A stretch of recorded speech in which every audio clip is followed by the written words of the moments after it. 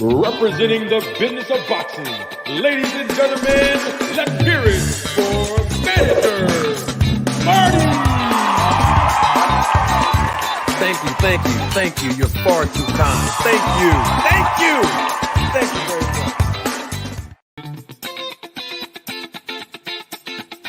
Representing the business of boxing, ladies and gentlemen, let's hear it for Manager Marty!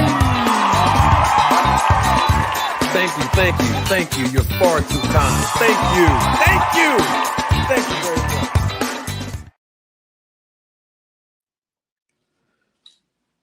Ladies and gentlemen, members of the jury, members of the Roll the Tape film crew, welcome to another edition and episode of Roll the Tape podcast with Manager Marty. I am your host, Manager Marty, the most controversial man on YouTube.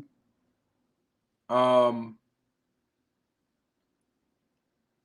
going right in today, y'all. Yep, I am.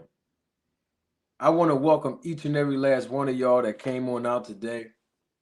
Appreciate y'all coming through on Sunday, on the holiday special. We did some okay numbers, considering the fact that you see what YouTube been doing with my numbers lately, but we did pretty okay. It's a good live on Sunday. Hope everyone that celebrate the holidays, hope you all enjoyed your holiday. Hope you all had a good day today. I'm glad to be here today. We're going to talk some boxing today. And we're going to talk the business of boxing. Like we do each and every time we come up here. The link is up there. I flew the link out. I flew the link out there in the chat. It's pinned to the top of the chat. And I say I flew the kite out there. That's what I usually say. Y'all know what we do. This is one of them lives today. We're going to freestyle today. It's Tuesday. We freestyling. Today. I welcome all of you all. In the chat, acknowledging me. Salute to all of you. If this is your first time joining this broadcast live in living color, I welcome you. Please feel free to subscribe to this channel. Hit the like button. And that goes for anybody. I appreciate it. All of the contributions that you all will make today financially. I want to say I appreciate you in advance. And of course, when you do so, I will publicly acknowledge you all appropriately. I'm just glad to be here today. It's the first day of the week after the holidays. So, we got to come out strong. And the viewership is slowly increasing, and it will increase exponentially as time progresses. If you are a returning viewer here, I hope that you learned something from this broadcast, this podcast, that you did not know about the sports or the business of boxing. I like talking about boxing. I love talking about boxing with each and every last one of you all. You all do an amazing job in the chat, so welcome each and every last one of you in the chat. Yeah, we're going to talk boxing today. It is what it's going to be, y'all. You know what I mean? We're here now. Yeah, we're here now. We got to deal with the realities of what we go through in boxing, especially in the YouTube boxing community. So we got to deal with it. I love this stuff, y'all. I do. I love it because, we get to share our perspectives, share our opinions, share some facts, mostly facts on this channel anyway.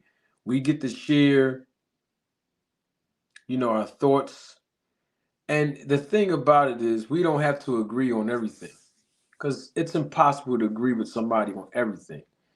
But the great thing about it is that we all can say and agree to this one thing, that we all have one thing in common, and that is our love for the sport of boxing. I wanted to do our Town Watch check-in, but we'll do it tomorrow. I think that there's some discussions that want to be had. That's what I think because we have a guest that's in the background.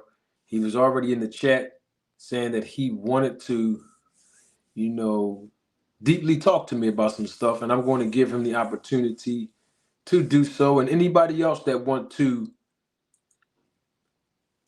click that link, come on up. You see, come on up. I am a person that am patient with others.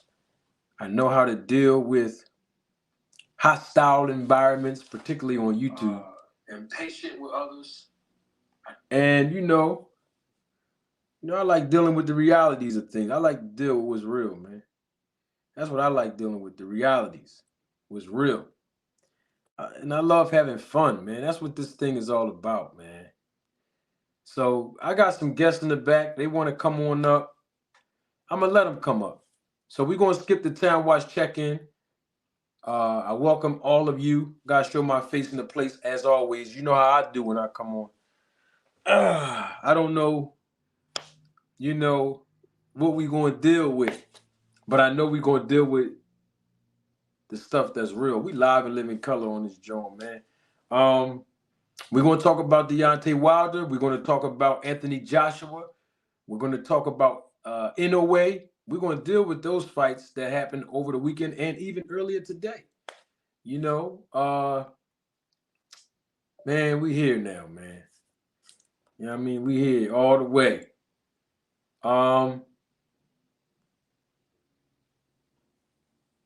What's up, Keggy? I see you, man. Fareed, CEO Sense, what's going on, man? The Keggy, who talking about me, Keggy? Keggy said, everybody talking about me. Who's talking about me, Keggy? Who's speaking on Manager Marty, man? What's going on? Why they talking about me, man? Huh? What's going on? All right, we got a couple of guests. Philip P. Flame, salute. I see you. Brian King B. Salute. I see you in the chat. I just wanted to acknowledge the people, man. All things I see you, man. AJ64. Hey, AJ64. I got your message. I did hit you back, but I want to tell you I forgot to say something to you, and I'm going to say it publicly because you said it to me publicly, and I saw it earlier. I appreciate you having my back. You hear me? And I got yours too, and that's real. You know what I mean? Straight up. Man, I ain't never had these many people want to jump on the panel so early. But we gonna let them on. Ain't no, y'all gotta excuse the ebonics today. Y'all can tell I'm in a good mood, huh? So, to all of my politically correct audience and those that, speak very highly and intelligently, I can do that as well. So, of course, ain't is not a proper term to use in vocabulary, but I'm going to use it anyway. You know what I mean? And so we're going to let a few people, everybody in the background, they want to come through. So we're going to let them on. Now, we're going to get to the boxing. We're going to get to Deontay Wilder and all that. We're going to deal with all the fights that came to us on the zone over the weekend. Inoue won by knockout today, I believe. We're going to get to all that. But before we do, I got to open it up. Everybody that's in the background, hold on. I'm going to let y'all all on. Hold on. I got to get a Florida band up because he said he wanted to talk to me directly. So I'm going to let him speak, let you guys on. So don't leave, y'all that's in the background. Stay right there. We live and live in color. What's going on, band up? How was your holiday, brother? It was good. It was good. It was cool. It was all right. It's about the Waters. It's about the Waters thing.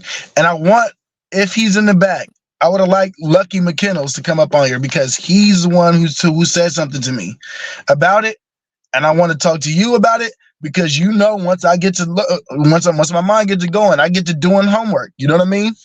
And yeah, we got to talk about this, but I got to give Lucky McKinnells his respect. Well, Diggle Lucky right there. He here now, man. That's where he right there. Lucky. You hear us, Lucky? All right, Lucky. You My man's was 100% correct. You are 100% correct. I Deontay appreciate Wilder that. is a broken fighter. Is a Damn. broken fighter. That's how we starting the Yo, show off? That's Marty, how we starting it off. Dang. yo, yes. This, all right, so Marty, I What's went up? back and looked at, I think, his last 6 fights, and I'm talking about all the Furies. I went back and watched the Luis King Kong Ortiz. I watched the Dominic Brazili. I watched the, you know what I mean. I watched that what that boy named, the dude he wasn't knocked down the first, Robert Helenius. You know what I mean. And I watched this last one. You got to go back and you got to look at Deontay Wilder Tyson Fury 2. After that knockdown. And that unofficial knockdown, there was a knockdown that was official, and there's an unofficial knockdown. That was the last time we seen Wilder. That's the end of Wilder. It almost brought me to tears when I was watching that, bruh. That was it. From that moment on, Deontay Wilder never entered into anybody's space the same way with the same authority he's ever had. When he got knocked down and he probably got his eardrum busted, and he looked up at the ref like, you know what I mean, like this. He never. His whole demeanor, I don't know, his whole demeanor changed. Look when he was about to fight this last fight, when they were walking up. And you see the look in his face, you know what I mean? You see the look in JoJo Parker's face. There's a difference. The look in his face when he was going against Robert Helenius was different. When he went against Tyson Fury the third time, even the third time, was a little different. The thing about the third fight, why he looked a little bit better, why he looked better. For one, Tyson Fury, I don't think he was able to cheat with them gloves, and he was gassed. He was super gassed. I think he probably came in a little bit too heavy on that one. You know what I mean? He was gassed, and Fury kept leaning on him. Those two things played a fact into why Wilder looked the way he did into that third fight. But in that second fight, and in that first fight, he stepped to Tyson Fury pretty much like how he stepped to anybody else. When he went against Dominic Brazili, he was popping off that right hand. He was stepping in. He wasn't really worried about too much coming back. When he went against Luis King Kong Ortiz, Deontay Wilder is acceptable to over right hands or over left hand. That's how Luis King Kong Ortiz caught him in that southpaw position with that overhand left hand. You know what I mean? The back fist, you know what I mean? Overhand left. That's how he kept catching Wilder. Wilder keeps going back, trying to get away from him, and it's not working. And that's, it was good. Hey, I wanted to ask something if you don't mind. One of the main reasons why you see what you see is because he don't have Mark Breland. When he fired Mark Breland, a lot changed. A lot changed. Bruh, I was thinking that same thing. I was thinking about that too. When you said that, I'm like, I think he probably do. I think Malik Scott is what Deontay Wilder needed in the beginning of his career, not what he needed now. Nah, Malik Scott is more of his yes man. Bro, it's like, but he trying to take Wilder and build him in. When did Wilder ever utilize the ring? When was he ever utilizing the ring? He don't need exactly. So why is he doing it in this fight? That make no sense to me. Yo, he's acceptable to the right hand. He was Wilder's acceptable. I'm sorry. Go ahead. Go ahead. You heard the commentators at one point of the fight. They said the distance that he had in between him and the other fighter, they said no one could hit each other with that much distance. I don't know what he was trying to do that night. Like, it was too much distance in between. Bruh. He wasn't trying to do anything.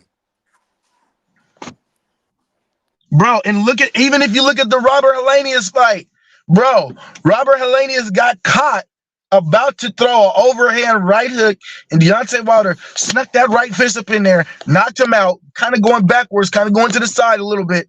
We ain't seen Wilder be Wilder since before that second knockdown.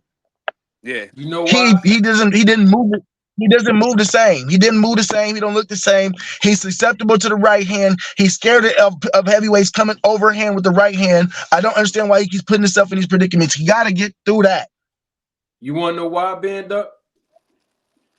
What's good? Talk to me. Y'all never heard nobody else on YouTube or nowhere else say what I'm about to say. I've been saying this for an entire year now on YouTube, but I've been actually saying this for about maybe I want to say about 15 years off YouTube. I know what you're about to say. Go ahead and say it, Marty. There's two type of beatings that fighters take in this sport. Fighters get beat up and fighters get beat down. And in that second Fury fight, Wilder, he got beat up in that fight. But in that third fight, he got beat down. And the difference is that when a fighter gets beat up, it's physical. They can recover. They can come back into the ring, at a later time, and they can improve on, some of their weaknesses. They can make adjustments in training camp, and they could actually do something different that got them beat up the first time. But if they do not adjust, if they cannot psychologically overcome the adversities, that they deal with after getting beat up, that's when they got beat down. And they're never the same after they get beat down. Let's go to Tokyo, February 1990, just to use this as an example. Mike Tyson get in the ring with Buster Douglas. He got beat down in that fight. Did he get beat up? Absolutely. But after that fight, Mike Tyson was never the same again. His invincibility and the perception that people had about how dangerous he was, the mystique was gone. And so when you got a guy, like let's say using Deontay Wilder, who's had over 40 professional fights, who was just knocking everybody down and knocking 90% of the people out, or really 95% of the people out. Yep. It's like when the mystique is gone, when people are not afraid anymore, it's like, you know what? I'm going to bully the bully. And when Tyson Fury bullied him, he has not been the same. And the thing about it is, when you look at how he performed Saturday evening, one of the things, and I can show y'all a text in my phone right now, where I was actually texting a friend of mine, and I was on the phone talking to another friend of mine about the fight, and I asked, why is Wilder backing up in this first round? He has a 7-inch reach advantage and the power. He should be backing Parker up. And I told you that in the pre-fight prediction, that if he stick to that jab and land 2 to 3 different types of jab and fire that right hand, this fight can end within 6 rounds. It would have been over. It would have been over. It didn't have to. It did not have to go that far, but because he got in there, he was backing up, exerting too much energy. He was allowing Parker to get on the inside. Something I told y'all, especially you, Band Up, that he should not allow Parker to ever do in this fight. I was looking at a fight where he did not land the jab. He kept pawing it out there. It wasn't forceful. He wasn't backing up Parker. He wasn't going to the body like I told him that he needed to do. Go to the body. Now, I know people said, well, Parker is shorter than him. Why would he go to the body? To slow him down. It's not about height. It's about making those investments, going to the body early on, before. Yo, Marty, can I say something really? 1 second.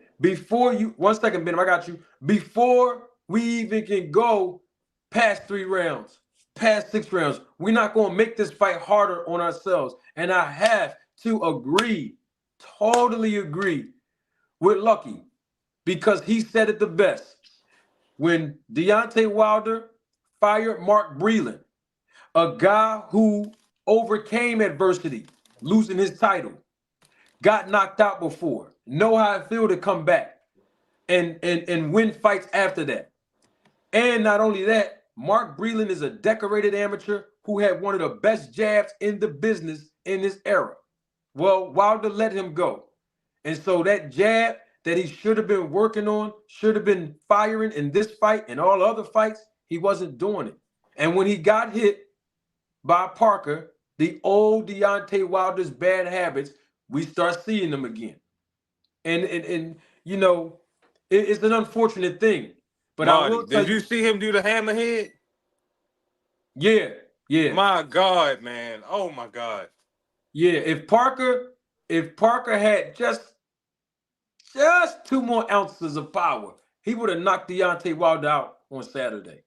You know, and like I told y'all Yo, before, Marty. I said this, Banda, but I'll let you talk. I told y'all before in the preview and in the prediction. What did I say my biggest concern was with Wilder?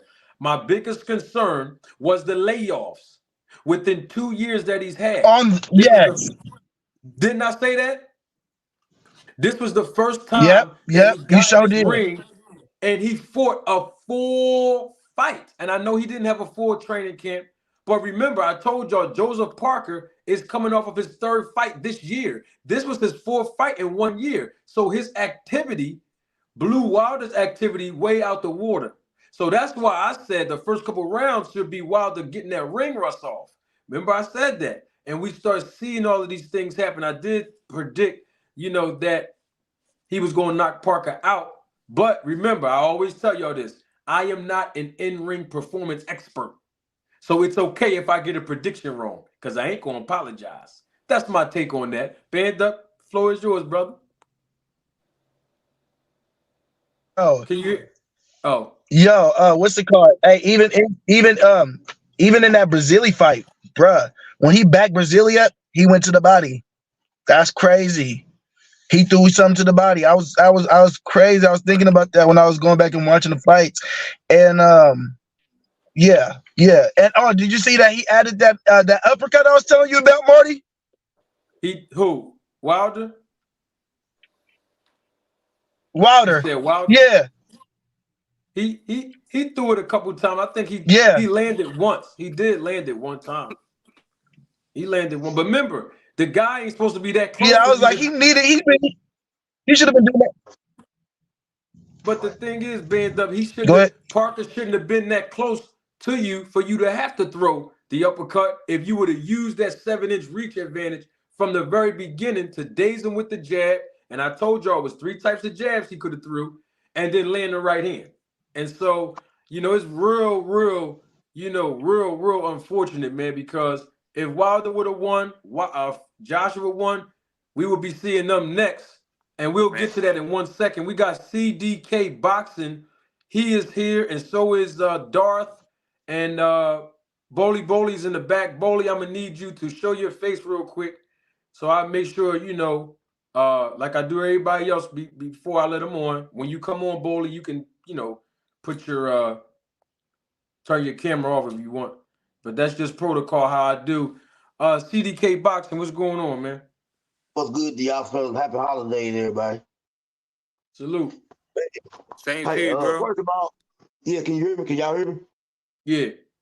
Okay, first of all, Manager Marty, man, I just want to, man, give you your flowers, man, and tell you thank you for everything you've done for me, because when my channel first started, man, I don't think I had 1,000 subscribers yet, man. You gave me an interview, and it was real big, man, and I really truly appreciate that. I gotta say that. No doubt, man. I appreciate you giving me my flowers, man. And anything I can do to help build the channel, that's what I always do to try to give back. My channel kind of like growing a little bit, but I'm small compared to other big channels. But I like to lift other people up, man. So salute to you, man. I appreciate it. Thank you.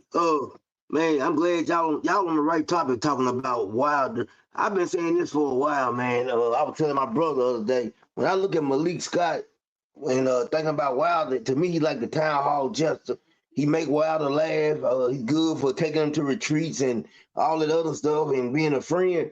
But he's never fit with Wilder. That fighting style that he got, or he tried to implement for Wilder, that's not him. You know what I'm saying? Like you said, we never seen Wilder backing up or dancing around the ring. And man, when he got rid of Mark Breeden, that was really his downfall. But I also look at his record, and here's what I'm gonna say. I've been telling people this for a long time. When he fought Tyson Fury, you know what I'm saying? We're gonna say he's a Hall of Fame fighter. You know what I'm saying? We're just going off of what he's done or accomplished. Wilder right then, when he moved up in talent, you could see the difference. Like King Kong Ortiz was older when Wilder fought him. You see what I'm saying? So I'm gonna say Wilder's only fought really 2 real good fighters, and that's Joseph Parker and Tyson Fury to me, and you see the outcome of it. I got you on that. But see, but you know what though?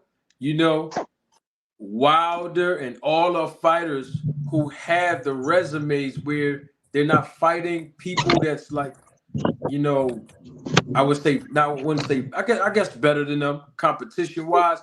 There's going to come a time where you're going to have to fight somebody that's better than you, or fight Right. somebody that has more skill set and more experience than you. This is the sport of boxing, so at some point in time, it was definitely going to happen. And the great thing about it with Wilder, because he got that power, he didn't have to really go through a lot of punishment, for it to happen for him. You know what I mean? Definitely. I mean, Dominic Brazili was 20 wins, 1 loss, and 18 knockouts. So he was, I guess you could, I mean, kind of say he was good for what you take him as. But you know, what I mean, you're going against Wilder, Yo, that Wilder Brazil was at scared that. before he Not got in this the Wilder. ring.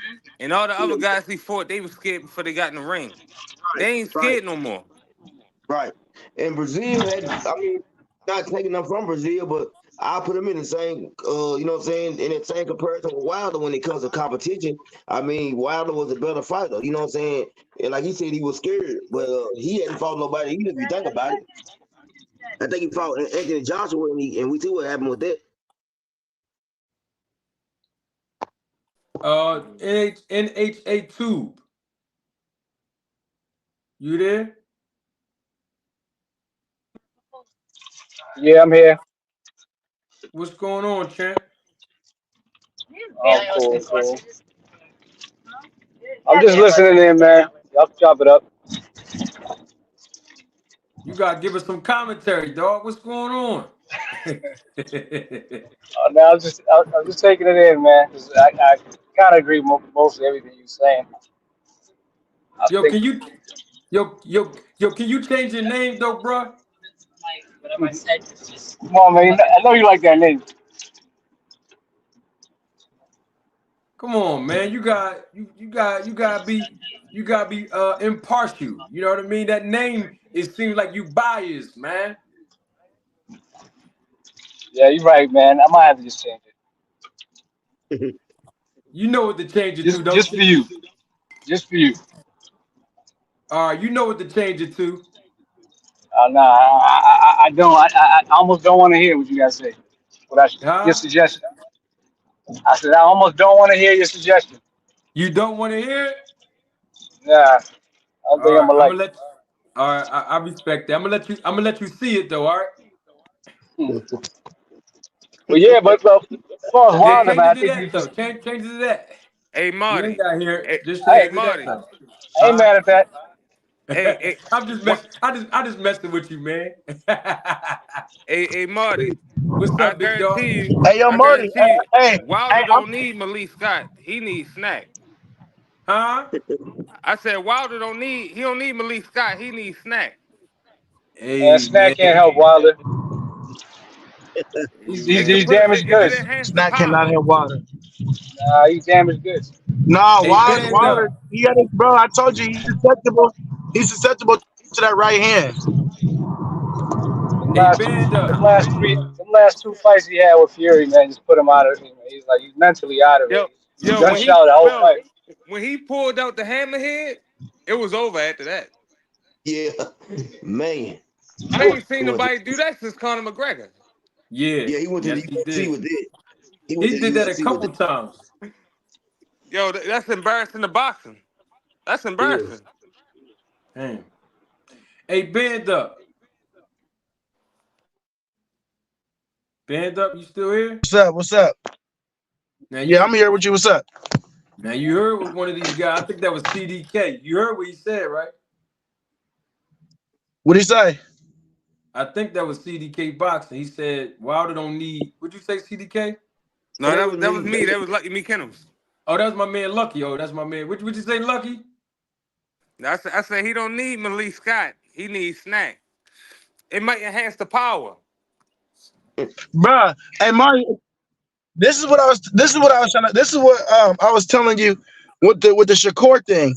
Like, bruh, it's not a snack thing that they would need. You know what I mean? And I'm not, you know what I mean, to say that anybody necessarily needs it, but they like Shakur needs something to if it wasn't his hand being broke, like he's trying to say, He needs something to let his hands go. It's something to do with the skill set.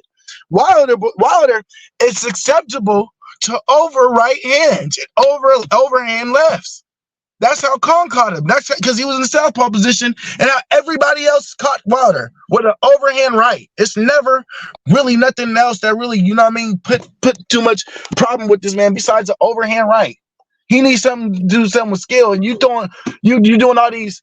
I see a whole lot. I've been following this man for a while, man. I see a whole lot of teaching you how to throw, teaching you how to, you know what I mean, move from Malik Scott.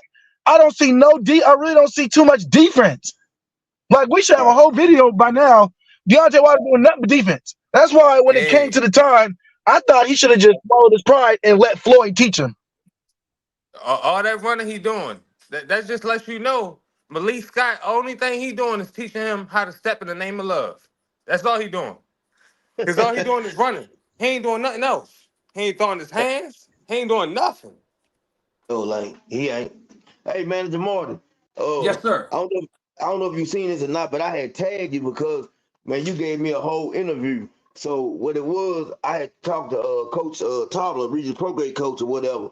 I wanted to talk to him about the snack program and what he thought about it. And man, he made a lot of interesting points about it. But he said some of the things that you said. He basically said that you remember you talking about changing the ingredients and putting it together, make it look good and stuff when we was talking. Huh? When you had told me that they know how to change the name or the wording or whatever to get something through the past, we was talking. I think it was me, you, and BVO boxing, but we were speaking on, you know what I'm saying, like creatine and stuff like that, and what's legal and what's not legal. He basically said the same thing you said. What he said is, Victor Conte, no, he been around long enough. He knows how to change the word and make it where it looks good. But he said the snack program does work, and he tried it. He ain't tell me that. I mean, I don't remember saying you got to change something, but I will say that he was on this channel and I interviewed him as well. Yeah. And he told me, and I mean everybody already seen this on my channel, that he said that the snack program don't have nothing on with the things that he was teaching Regis. You know what I mean? And that's what he said when I interviewed him a while ago. And they came up short that night, but I'm glad that he agreed that the snack program works. I mean, everybody. Huh? He did say that. He said he's tried it before 3 times. He said it does work as far as enhancing, helping you out. Hey, it works. I mean,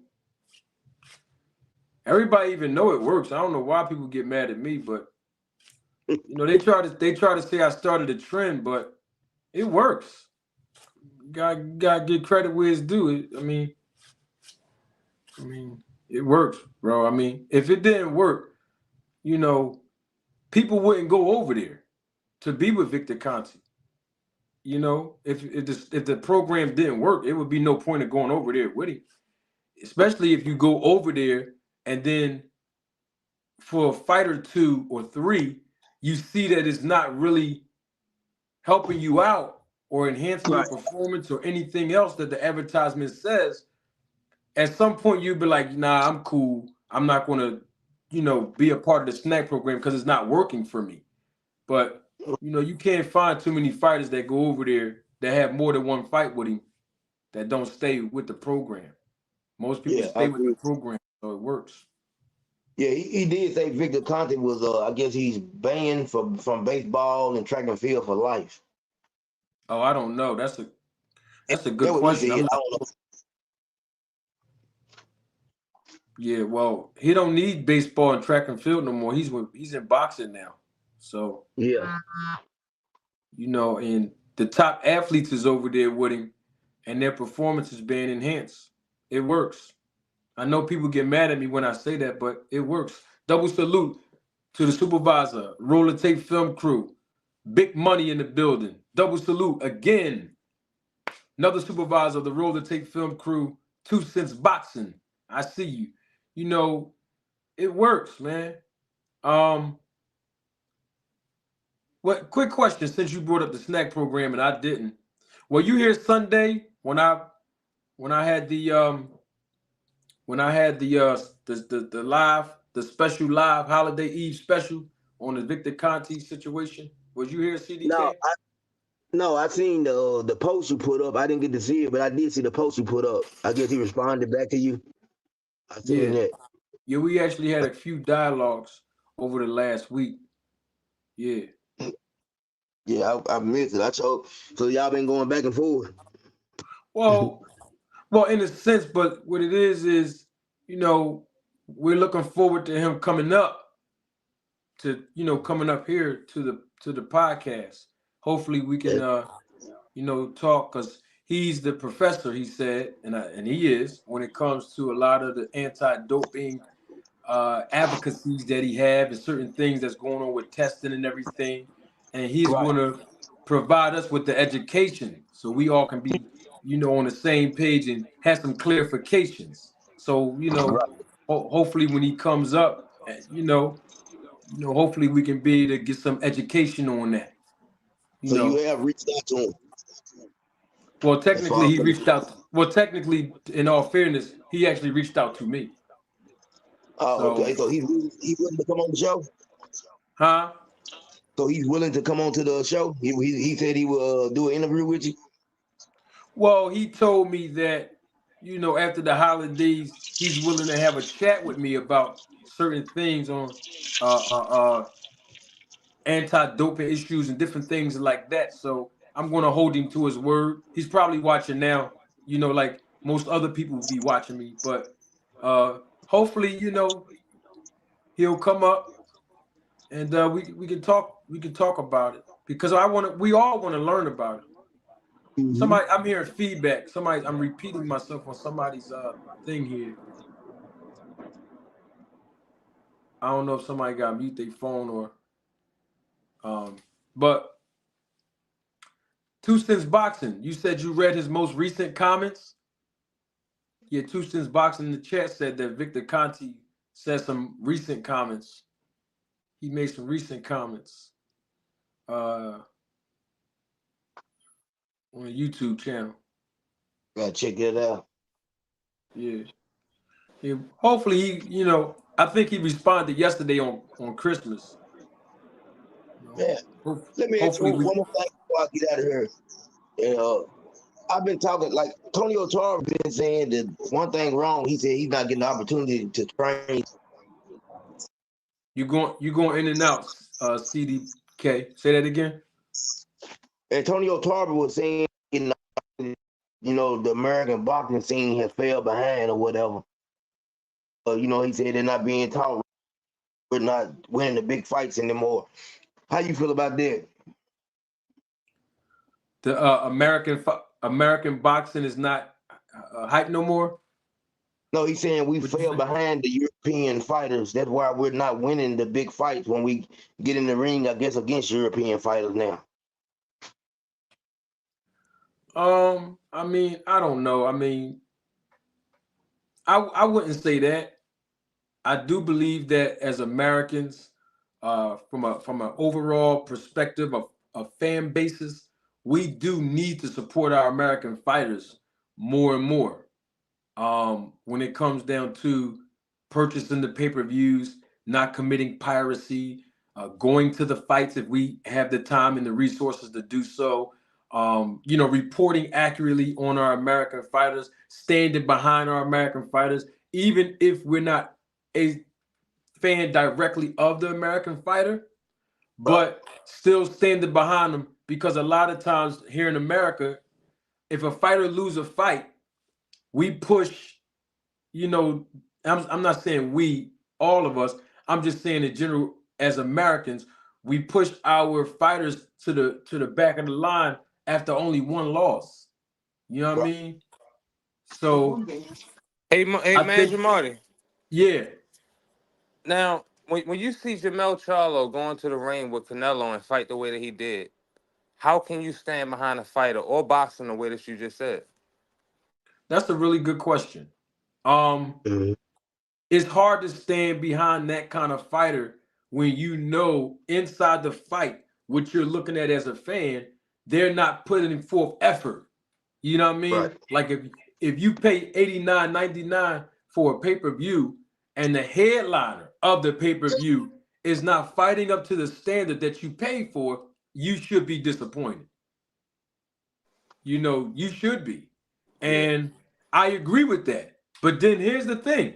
If that fighter is not performing up to the level of expectation that you know that fighter can perform, you got to ask yourself, is this fighter having a bad night at the office? You know, because most of us, we have day jobs. We understand how it is to have, you know, one bad day at the office, all of us, whether you own your own business or not. You know what I mean? But at the same time, once you discover, like, you know what, this is not a fighter having a bad day at the office. This fighter's not putting any effort, no forth of effort in competing. So then you got to decide, you know what, from now on, I'm not going to invest my resources into watching this fighter if this fighter is going to perform like this on this level as a main event headline. So I'm not going to support it. You know, it depends on you. You're the consumer. Yeah, That's because just my take on it. you know most people that bad day at the office don't result in 20 million or 10 million, stuff like that. You know what I'm saying? Yeah, I agree with that. And so that's Right. where we come in at and say, you know what? Because of that, I'm not going to let my financial resources be a part of this 10 million next time. Yeah, I'm going to save my money for, you know, a better competitive fight. You see what I'm saying? Yeah. So I would have to agree with you on that.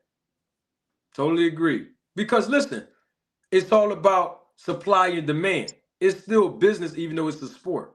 You know, supply and demand. If the demand is there, the supply is going to be there. You know, if the supply is there and then there's no demand, now we have a problem with the business. You know, so like for instance, Deontay Wilder, we saw how he performed. Now Yeah. somebody might say, man, he's done, so I'm not going to invest my resources no more into watching Deontay Wilder fight if he does return. And then you got some people that say, well, you know what? I'm not going to abandon Deontay Wilder because not only did he have a bad night at the office, but he just didn't look good and he might not look good anymore. So I'll buy another fight from him because his next fight shouldn't be in there with somebody, you know, that's, you know, a top level contender if he's trying to make a comeback, you know. Yeah. So it depends on us as the consumer. We dictate the terms of how we invest our money. Right. You know what I mean? Well, hey, what about them saying that Anthony Joshua, them saying that the contract was already signed between him and Wilder before they fought? Probably some provisions in there. What do they do about that now? Because the contract has been signed, from my understanding. Well, Joshua said they might still get it on. Right. Well, I'm gonna keep it 100 with you from a business aspect. I can tell you right now, I hear a lot of feedback. Somebody got to probably mute their phone. I don't got nothing going. Can y'all hear me now? Okay, Yeah. good. Yeah, so everybody got to mute their phones real quick, so we won't hear the feedback. So, I'm gonna tell y'all like this: that fight, unfortunately, from a business perspective, Wilder's not fighting Joshua. That's not gonna happen. From a business standpoint, it's not gonna happen. Now, from the fans, from our perspective of fans, we've been wanting to see this fight for years. But the thing is, it's going to be hard to sell the fight. Not to the hardcore fans. The hardcore fans would love to see that fight because it's already been built into our psyches, you know, as the fan base that, hey, we always wanted to see that fight.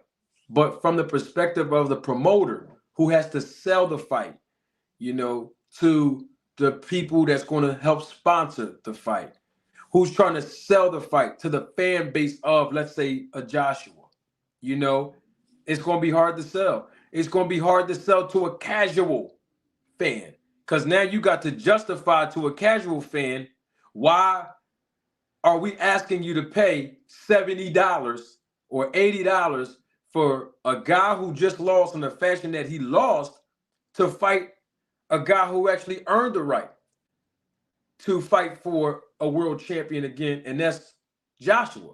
The casual fan has to be comfortable enough to say, you know what? Even though Wilder he didn't just lose, but he lost in that fashion. All right, I'll pay $70 to see him fight Joshua. It's the same thing you saying, Lucky. You know what I mean? Hey, I tell you, hey, look, Tyson beat that man so bad, he put his hands in the air because he thought he won. That's bad, man. You lost all them rounds, and he had his hands in the air like he won. I don't understand that. Yo, who phone is that? That's you, band up? You know that's banned up with that Boost Mobile, man.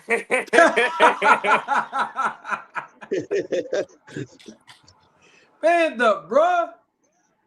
Yeah, that cricket. Look, hold on. You guys know That I live sound on the like a West flat Coast, tire. and I told you, Marty always told me while I'm driving. I mean, we always do this while I'm driving. Man, Wow. that I don't sound know like a why. flat It's bad tire or luck. something, man.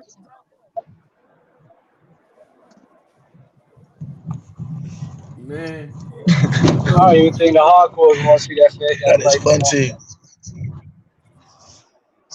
There's no interest in this whatsoever. Yo, what's the name? What's my man name, man? NHK Tube, you still there? Yeah, man. You Y'all ain't hear me? talking. What's going on? Talk to the people, man. Oh no, I was just saying. I don't even think the general public, fan base, hardcore, whatever you want to call it, they're not interested in that fight no more. I mean, Yeah. it's like it's zero interest for me. I think Wilder just showed us what he is. He's gun shy, scared to engage. Yeah. And I'm not looking forward to him to get up in there and just Yeah, volley you off one side. It's like there's no interest whatsoever. I think he should just retire, honestly, because the only people who want him to fight is just people who aren't really a fan of his. They're just trying to live vicariously through him, want him to come back to his glory days, for lack of a better term. I just don't Mm-hmm. think he has anything left. Right. Fighters go through it, man. He went through Yep. them last two That's it. beat downs he took. It took a lot out of him, like you said. You can get beaten and you get beat down. You get beat Yep. down, man. It's more physically and more mentally. Yeah, he got beat down. Yeah, when you get beat down, it's more psychological. That's why you saw Wilder hesitating. He was second guessing himself, very gun shy. He was very gun shy in there, and he understood that if he would have threw something, he knew something was coming back. And sometimes some punches did, come back and they landed big shots. Big shots. Wilder took some big shots, but like I said, Parker didn't have a whole lot of power to actually hurt him. Wilder can take a punch, but at the Yeah. same time, don't nobody want to get punched in the face in boxing. So and I always tell people this is not just about having power in your hands. The power in boxing comes from your legs, your feet. It's not just the power that comes from your hands. Because when you throw a punch and you're throwing a punch properly, especially when you're throwing a straight like Wilder or the hook, you turning your hips with it. That's where the power comes from your feet to your legs to your waist, and it works its way up. And so you're twisting your body when you throw that 1, 2, and that's where the power comes from. So if Wilder don't have legs, which you can see, his legs wasn't all the way there. Which is I always tell y'all that's the first thing I look at on fighters that's up in age or coming off of a layoff. I told y'all that, and some of y'all don't remember, but some of y'all that do remember me saying that, The last time you heard me say that was when Spence fought Crawford. I told y'all when fighters come off of long layoffs, I look at that's the first thing I look at because that's going to show me their balance or imbalance. And if they're imbalanced, when they start throwing punches, you'll see it. And they cannot defend themselves properly. And when they do throw, they don't have the power with it. And we saw that in this fight with Wilder. You know, not taking nothing away from Wilder because he stepped up to the plate short notice without a full training camp. But at the same time, you know, he lost. You know, I mean, it's unfortunate. I'm actually disappointed that he lost because this was a fight that he could have won. And then obviously I believe he can beat Joshua as well. And that would have been real good. But you know, it is what it is. The thing I do like about Wilder this time around is that he took the loss on the chin. Whereas though before in that third fight, you know, with Fury, he ain't want to shake Fury's hand at all. In the second fight, he didn't want to shake Fury's hand at all. In the first fight, he did. He did shake Fury's hands. They was hugging, you know, sending each other Valentine's Day card after the fight. All I'm saying is in this fight, he showed humility by saying, you know, I lost this fight. You know what I mean? It is what it is. You know, I'm gonna keep it 100. And I know this don't have anything to do with Wilder and them, but the commentating on that card, I didn't particularly like it. That joint was whack. Commentation was whack. Like even they was trying to hype the boy Bivol up, and Bivol did. That was worse than the Gore commentating. Commentating, man. Like I like who's that? Sergio Mora, right? The Latin snake. Yeah, that was Mora. I like Mora. I do. He does a good job. But the guys that he with, you gotta have people that know boxing when you have people commentating on these fights, because if you don't, you'll start, and if you do know boxing, you know, you'll start hearing how they commentate. In other words, is the promoter does a great job with choosing certain people to commentate, because remember, the promoter's job is to entice the listening public into buying into what the promoter is selling. The promoter is selling the product. The product is the fighter. So if you keep hearing someone say over and over and over again throughout a fight, oh man, look at that big right hand. Oh man, he's landing the jab. Woo, look at his footwork. This man is impressive. If you keep hearing that for 10 rounds, 11 rounds, 12 rounds, and you keep hearing that every time this particular fighter is on this particular network, you're going to buy into, man, this fighter's all right. And so now you're going to want to continue to watch this fighter as a fan. It's all about selling the product. So it's done intentionally. It's done intentionally. And there's not nothing wrong with it, but that's how it is. But see, you got to know about boxing. That's why it's good to have someone who knows the sport of boxing, especially a fighter being an analyst, you know, or a color commentator. But you also have to have a good play-by-play. And it's like I kept hearing Mora, and I kept hearing some other guy, he had an accent, keep on saying, I would like to see Bivol do this. I would like to see this person do this. Well, it's not about what you would like them to see. You're supposed to be objective. You're just supposed to call things how you see it. Oh, man, if he throw more of that right hand, he can get this guy out of here. That's how you're supposed to commentate, because you know what's supposed to happen as a former fighter. But if you in there saying, man, I would like to see him do this. Man, I would like to see him throw that left hook better. Why would you like to see that? You're being biased when you start commentating like that. Just be objective and talk about what you see. And I just think the commentating could have been better. Like the guy at the end of the Wilder fight, he kept asking the same redundant questions in a different way. Like when I see this, I be like, man, they messing the show up like this. But I'm not gonna criticize. It's all good. We'll see what's happening. Let me ask y'all this question: what happens for Wilder now? Does he retire now? I know the guy asked him at the end of the fight. Does he retire now? NHA 2? What's next for him? My opinion, he should retire. But I think honestly, I think he will retire because he's not gonna take no fight for pennies. He's used to getting a big payday, so and I don't see nobody putting up any type of money to watch Wilder fight like that. So I think he should just retire. Just Band up. go What's your all out take there. on that?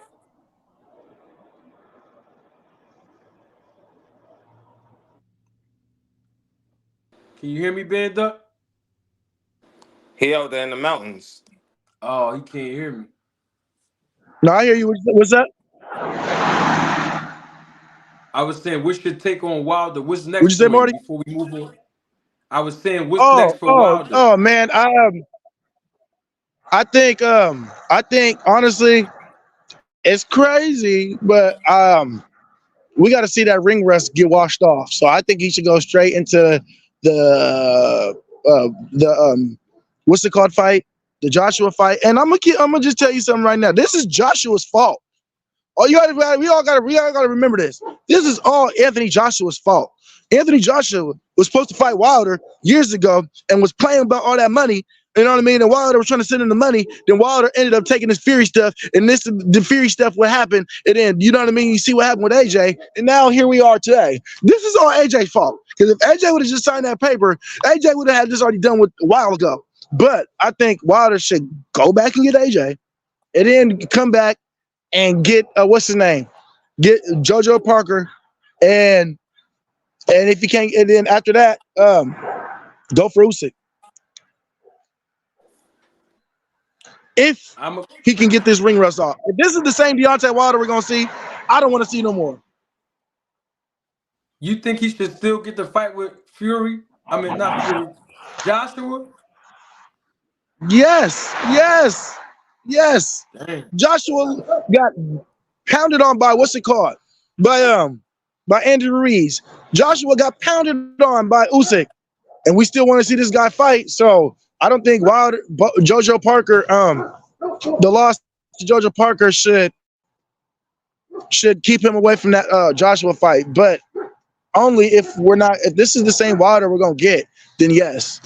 If he's in his training program in his training camp and they can't fix what's going on and he's still susceptible to overhand rights and overhand lefts, it's not going to be good for him. It's not going to be good for him, and I think he should be done. But other than that, I do believe you when I heard the ring rust, and like I told you, I went back and watched those last 6 fights, bruh. You got if you guys don't go watch all of them. Just watch that second knockdown, and watch then watch that one round with Dominic Breazeale. Watch that round that he fought with Breazeale first, and then watch after that second knockdown. Wilder never moved the same. In any of his fights, he ain't never moved the same.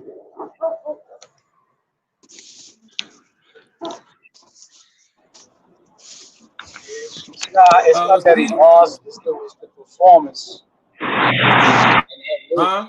I was saying to Vanda, but it's not that he lost. That got me saying what I said. It's the performance in the loss or lack thereof. To me, he just showed me, he's not. We're not gonna get no elite level of performance from him ever again because he's not willing to engage with Parker. What makes you think he's going to engage with Joshua? Yeah, Joshua lost to Ruiz, but he came back and spanked him afterwards. The 2 losses he got to Usyk. Usyk is a special type of fighter. Hey, bro, can I say Parker, something? yep. I want to That, say, from what I see, I think really that Anthony Joshua should go against the winner of Tyson Fury and Usage, right? And on the undercard of that fight, I want to see Deontay Wilder versus Big Baby Miller. That's what I Big want to see. Big Baby Miller. Yep. I want to see both of the losers go against each other. Even though I think Deontay Wilder is going to lose that fight. But at the Can same I? time, I can say the way that Big Baby Miller looked in that ring, it looked like he was missing some type of enhancement. Who? Big Baby Miller? Mm-hmm. Oh He looked yes, like he was missing some type of enhancement. yes. He been caught cheating a couple times. He was missing. He was. Can I say something right Yep. quick? Uh, I listened to Wilder do an interview. I guess it was on 7 Sports or something. And so I'm gonna take his words and what he said. You know, when they was asking what was next for him or whatever, and he definitely don't want to retire. Now, what he said was interesting to me. He said he couldn't find his mean streak, like it wasn't there. He said that a few times, like man, I couldn't find my mean streak. You know what I'm saying? He said I didn't let my hands go. He said my time was off. These are things that he said. You know what I'm saying? Just after the fight, you know what I'm saying? He said all of this. So, I'm gonna say, maybe he said everything's in order. He got his money. He don't have to fight no more. Real estate, whatever he's done, he's just doing it now because he said boxing needs him. Those are his words. So I kind of feel like I would like to see him retire, but if he's not ready, then that's his call. So whatever he gonna do, he gonna do. Uh, I'm with y'all on saying that I don't think we'll ever get another great performance out of him. So that's just what I had to say about it. We got two people in the background, Mr. Graham, and I think it says Coach Ed, Coach Eddie or Coach Ed. Mr. Graham and Coach Eddie, if y'all could, just show me in the background video. All right, good stuff. I'll let you guys on. If y'all want to turn your camera back off when you get on, that's cool. CDK, I know you about to roll out, so I'm gonna bring one of these guys on. Always a Thank you, pleasure bro. you coming through, bro. Yes, sir. Thank you, man. Once again, everybody, happy New Year. Same to you, Happy bro. New Year to you. All right, Thank y'all. we got Mr. Graham. Let me make sure he up. Mr. Yes, sir. Graham, you here, Mr. Graham? Yes, sir. I'm here and live in living color. How's everybody doing? Oh, we What's up, doing bro? great, man. This is your All first right. time up here, right, Yes, Mr. sir. Graham? Awesome. I welcome you, brother. Glad to have you, man. What's going on? Thank you. Thank you. Well, I'm just here, just enjoying the conversation. But listen, Wilder's loss is not Anthony Joshua's fault. Wilder's loss is based on his own self. Number one, he never really listened to Breland, so he never really learned of the fundamentals of boxing. Number one, that's the first part. And number two, he never he never fought anybody that would really teach him anything in the ring. I mean, his whole entire career, he has not fought any of the top heavyweights. And before you say Fury, understand that Fury was at home on rehab, like he said, a big house. He brought him back to big time boxing. He was at home on rehab, overweight, doing nothing. And before you say Ortiz, you got to tell me who Ortiz beat. I mean, what made him a big time heavyweight? So he's never really fought any of the top guys. How do you get the experience as a world champion or just as a fighter? Period. If you don't listen to your coach and you don't fight the top fighters. Well, you made some interesting points up, and I would like to hear what other people have to say about it. But before I do, we got Coach Eddie here. What's going on, Coach Eddie? Hey, what's going on, brothers? Hope everybody had a happy holiday or a Merry Christmas. I enjoyed the fight card, that went down on the 23rd. I think it was a pretty good card. I enjoyed it. I watched it from start to finish. They had some good fights on it. I know the topic of the day is Wilder. Me personally, I know Wilder before he was a champion. Like I met Wilder back in 2012. He used to come to my gym and spar all the time. First time I seen him, he got beat up by Kevin Johnson. I don't know if y'all remember him or not, but the guy that fought Vladimir Klitschko. But Kevin Johnson schooled him, as far as the boxing skills or whatever. But Wilder, to me, I'm looking at a shot fighter. Wilder's shot. He's 38 years old. I mean, think about it. At 38, Larry Holmes was shot. At 38, Muhammad Ali was shot. I mean, and all those tough fights he was in with Fury. I think that he should just retire because he's playing with his health. Because that Anthony Joshua that showed up on the 23rd, I'm sorry, if that Deontay Wilder that showed up on the 23rd would have fought Anthony Joshua, he would have been in the hospital right now. He would have got broken in two. And that's not hating, that's factual. Anthony Joshua is too big, too strong. Deontay Wilder looked frail when he weighed in at 213. Everybody kept saying that's a good thing. I said, man, that man is too weak. He looked he looked like he was frail. He looked weak. Didn't have no. He was cut, but he just didn't have no strength. His legs didn't have no leg definition. And I he know his very power top was. heavy too. Yeah, but he was skinny though, man. I mean, he looked frail. All I seen was he was cut. You know what I mean? But I said he should be around. The best Wilder version of Wilder that I ever seen was the version that fought Bermain Stabern, who came in about 221, 222, who was staying behind his jab, who was active with his jab, and it was a strong jab that met you at the front door. And that's all you need. You got a strong jab, and you can meet somebody at the front door. That's all you got to do. I mean, I think Malik was trying to make him do things. Malik was training the guy like he was a middleweight. Well, you know, guy, you 6'7", you don't need to be bobbing up under no punches, man. You know what I'm talking about? You need to just stay long, you know, keep everything outside and shoot a strong jab, let the man walk into it. But he wasn't active, you know, and I know he's been taking psychedelics, which all that stuff messes with your chemistry of your mind. And I know for a fact that Wilder he loved to smoke weed. He been smoking weed his whole life.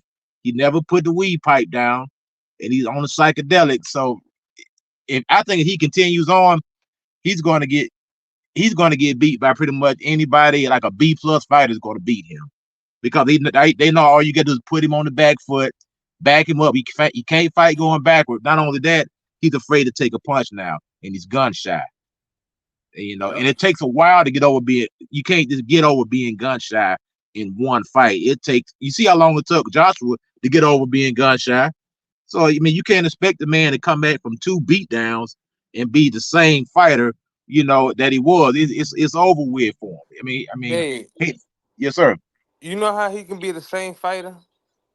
And I'm not gonna say the exact same fighter, but close to it. He could be that same fighter if he bring back Mark Breland. That's how he could be the same fighter. Malik Scott ain't it. Breland ain't coming back. Yeah, that it'd be very hard. I mean, Deontay would have to do a public apology for him to come back. Deontay would have to die. He's not coming back. I had a question for you, Coach Eddie. Are I think you a Wilder takes that Joshua challenge a little bit more personal, though. Honestly, I think he don't like Joshua as a person. I think he actually want to hurt that man. So that might be a little different, in my opinion. Joshua would knock him out. Yeah, he will. He sure will. Coach Eddie, are you a boxing coach? You a boxing Yeah, trainer? yes, sir. Yes, sir. I've been training boxers for over 20 years. I own my own business in right here in Georgia. I operated a boxing gym for about 17 years. I fought as an amateur. And I had 3 pro fights. I had to get out of my system. You know, I fought 3 tomato cans, and I fought a tomato can and a journeyman. You know, and I hung it up 3-0, and that was it. I'm not, you know, I ain't gonna sit up here and lie on myself. But I was pretty good. You know, I was a pretty good sparring partner. I sparred with some world class opposition. I sparred with some world champions and stuff like that. But I just got too late of a start, you know, to progress in my career. Yeah. Is this the same Coach Eddie I heard on the coach's show? Yes, sir. Oh, you're a content creator as well. Oh no, sir. No, I don't play content. No, I'm not savvy like that. No, sir. I'm not computer savvy at all. I thought somebody asked you were you on your own show. No. You know, there's a brother named Coach that has a show, and Coach Eddie always jumps on. Are you talking about Coach? You talking about Malachi? Yes, Malachi sir. Williams? Yes, sir. Yes, sir. Yeah. I call the show from time to time. Yeah, I've been rocking with him for probably about 7-8 months.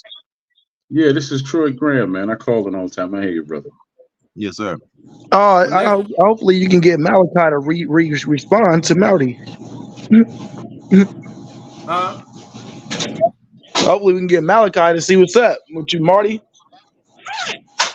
Hey, band up, stop, man. You know, Coach Eddie and Mr. Grant, this is their first time here. We in front of company, yeah. I'm aware. I'm aware. Same thing, band up. Huh? I was gonna say the same thing. Let's get it cracking. Huh? You sound like the mad rapper right there, brother. You sound like the mad rapper. You know, we here for the culture. We do it for the culture, son. Somebody said, let's get it cracking. Yeah. Well, you know, if y'all call in, then y'all might have heard the time I called in. Were y'all guys on the show that day I called in a couple months back? Nah, I missed. Yeah, I heard it. I heard you called him, but I heard the call in. Yeah, I heard it. Yeah, yeah. When the lady, it's like an automated system, right? That asks you your name, right? When you Nah, no, call, he showed. He just picked the phone up when we call him. He just pick it up and answer. No, no, no, no. You know, there's a no, no, no. There's a female voice that says say your, say your name and hold on. There's a female. yeah, I just called him today, and I never had a female answer the call when I called him. It's no, always him. it's the automated. It's like a goose, the Google voice. You know what I mean? The Google voice. Exactly. Yeah. And an automated thing, automated system. Yeah, yeah. The lady says, "Please say your name after the tone." I said, "Manager Marty." Hey, Marty, you know what that Yeah, mean? That mean he got the direct line. He don't get that. He got the direct line. yeah. So I said, "Manager Marty." So now he goes live. I didn't know he was live or not, because he answered the phone. Hey, caller, what's going on? Who is this? Now, Mr. Graham, I done told the lady it's Manager Marty. He heard he heard it. He heard it was me. But he wanted to play for the crowd. That was cool. But the thing is, somebody said, let's get it cracking. He know how to come over here and reach me. These guys don't want no work with me. And the thing is, it's only YouTube. It's only entertainment, until I start sitting them down in that hot seat and the prosecutor get to asking them some questions. Now they don't want to come over. But this is my thing, Mr. Graham and Coach Eddie. My thing is this, since Band Up brought him up. My thing is this. You got a segment, you guys see his segment. People be sending it to me. Sometimes I entertain it and sometimes I don't. Where he got the thing that say Janitor Farty, and then he got Tommy Davidson do this little movie thing. And it's like, dude, you gonna do this every live about me? I ain't did nothing to you. But we can talk about it as men and YouTubers. Come on over here and speak your piece. But he already told me he don't want to come over here. I said, well, you told the people that you're using me to promote you. I don't know what your beef is with me. And he still have yet to, tell me why he been dissing me. I never said nothing about the guy. Didn't know who he was. But you know what it is. When the truth come out, and I'm talking about people's favorite fighters, they start getting emotionally hurt for some reason. But he's more than welcome to come over. My line is always open. And, we can talk boxing or whatever, but some of these guys don't want to see me when it comes to this on YouTube. Lucky even know this. And even Band Up. Band Up know his man don't want it. These guys just they don't want to talk about boxing with me. And the thing is, we all can talk about boxing. It's all good. Why is that though? Why is that though? Why? Well, I'm gonna keep it 100 with you, Mr. Graham. I think part of the reason why is because some people for years been on YouTube many years before me. They've been on YouTube for years, pump faking, telling their audience, all of this about the business side of boxing, the politics of boxing. But then the real guy who is in the sport of boxing, the real guy who is in the business of boxing, actively involved, and provide education and knowledge to all of the boxing fans. When they come and ask me questions, I'm talking about the boxing fans now, the audience, and they say, "What about this situation?" And they do that because they're asking me based on what they heard some other content creators say that don't like me. So now when I give them the truth, I break it down in elementary terms for everybody to understand. Those people that ask me questions and I educate them, they go right back on those guys' platforms and tell them, hey, Manager Marty actually gave us, this knowledge of how this works. And then they discredit me because they don't want to look like all these years they've been on YouTube that the whole time they've been misinforming the people and they do not know anything about the business. And the thing is, it's okay. It's okay because the truth of the matter is, most of the people from YouTube that have a problem with me, they all watch my content. It's facts. They might not watch me every day, but they've watched me plenty of times. So that's how they know when they come over here and we talk and dialogue, there's going to be questions that's going to be asked that they're going to have to answer. And I know they don't know the answer to the question, so I'm not going to try to put them in a box. But at the same time, don't discredit or disrespect me when you know I'm right about what I'm saying. I'll give you an example. We know that Coach Malachi is a huge fan and supporter of Terrence Crawford. So all this time, he'll discredit me and say that I'm a PBC lover and all other stuff that he say about me. But the thing is, Terrence Crawford did all the things that I recommended for him to do before the fight with Errol Spence. And one of those things that I recommended, you two guys may not know this, Lucky been here, he knows, and so is Band Up. I told Terrence Crawford if he wants to fight with Spence, the first thing he ought to do is go get him some representation to help him negotiate with a more experienced guy like an Al Heyman, like a Steven Espinosa, to basically negotiate on his behalf. Number two, sign a multi-fight deal with PBC so that you can secure at least 2 bags, because you're going to have to do a rematch with Spence. And that way, if you win, you can get a bigger bag, become the A side, and then on the third fight, you can go ahead and pick and choose who you want to fight with PBC, because now you can just beat all 3 of the guys. And one of those people, which was the third guy I was talking about, was Jermell Charlo, because Crawford was in interviews way before he fought Spence, saying on Bill Bellamy's podcast back in October of last year that he wanted to fight Jermell Charlo as well.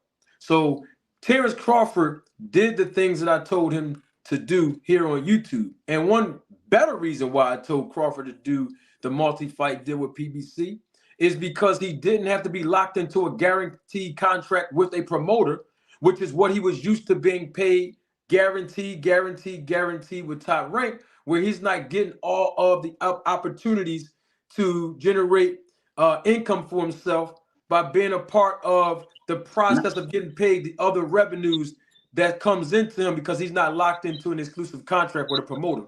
Can I say something real quick? Yes, sir. All those things. And me too, Marty. Me too. Yeah. As a professional, all those things you're saying as a professional fighter, that sounds like common sense stuff that he would have already been in the process of doing. I don't think he needed anybody to tell him that. I think he's probably in the process of doing that himself. Who's Terrence Crawford? Yeah, because he's the pro. He's been a pro for years. Why wouldn't he think about? Why wouldn't he think about doing that if he's the pro and you're the fan? I'm just saying. Well, that's a good question, and I can answer it this way.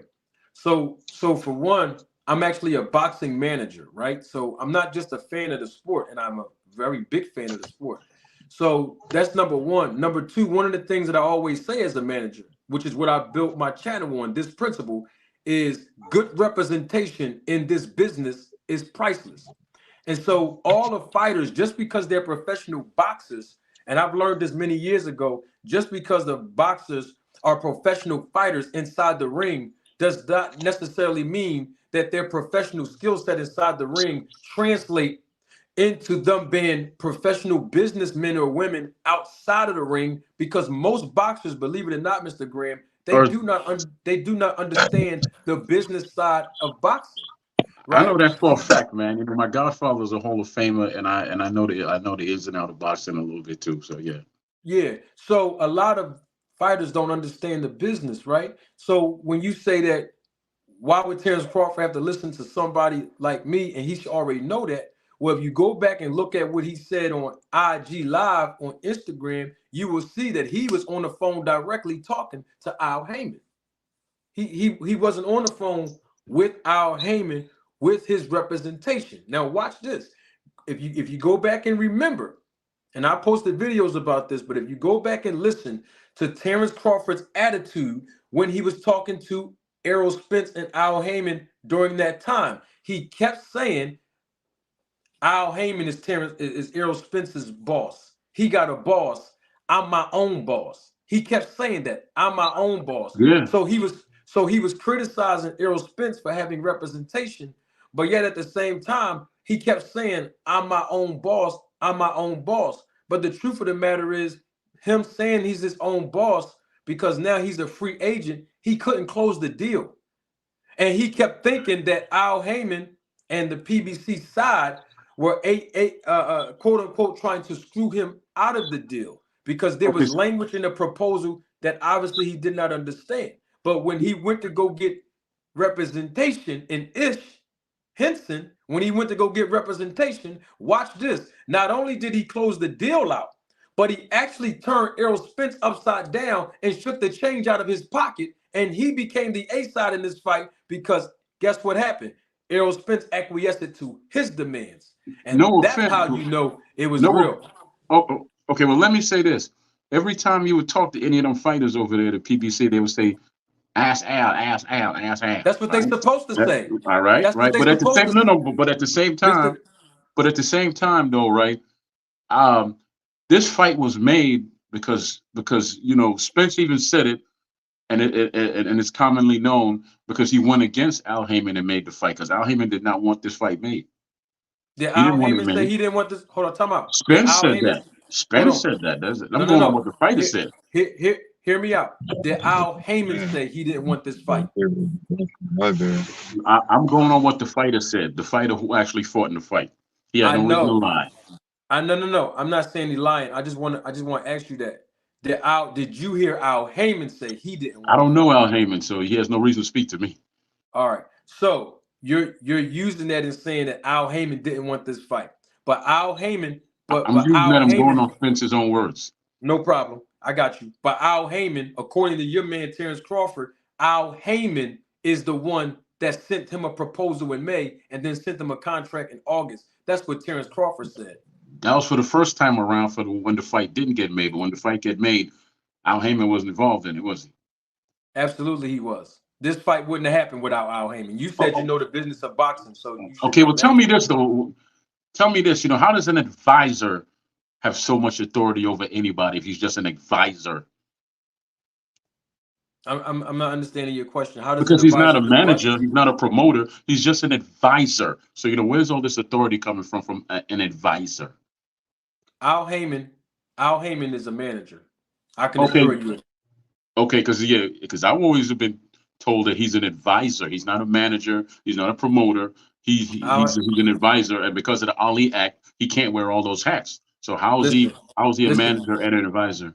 listen. Al Heyman is a manager, and he can act in the form of an advisor. He is not a promoter, or he's not a promoter and a manager at the same time. So he is not violating the Muhammad Ali Act.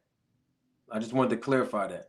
Yeah, because that's funny. Because for Jacobs, he's an advisor. He's not his manager. For all of those fighters, he's hear me out. For all of his fighters, he advises them, but he is a manager. Al Heyman is a manager. Let's be clear Hey, on yo, that. He is a Marty. manager. Hold on, Ben. I want to educate the guy. I want us to be on the same page because I don't want to end it. I don't want to end it and the fans get lost in translation. So here's the thing. Terrence Crawford was a free agent when he was negotiating with Al Heyman. And as a free agent, he interpreted as I'm my own boss, right? So he didn't have any representation. And you said you know the business, so at some point I'm sure you would agree with me that if Terrence Crawford was with Top Rank, this fight would not have happened unless Bob Arum gave the green light. So it's the same. So it's kind of like the same thing when you use the word authority. Fighters don't fight without representation authorizing it. That's promoter and manager. So it's not about, well, Al Heyman, has authority in this fight. Al Heyman didn't want this fight to happen. If Al Heyman did not want this fight to happen, he would not have sent Terrence Crawford a proposal, nor after Terrence Crawford agreed to the terms of the proposal, he would have not been sent a contract to sign. Now, needless to say, even after that, once again, not having representation, he goes in the middle of negotiating with Al Heyman and PBC. In the middle of that, unbeknownst to them, he also was talking to and negotiating with BLK Prime to Can I fight ask you a David question, sir? Ebenezer. Can I ask you a question? Yeah, I Okay, want you you to keep. acknowledge that that's what happened first before you ask me. Is that I what can't happened? do that because I don't know if that's fact. But I He just want to didn't ask you a fight David question real quick. Ebenezer?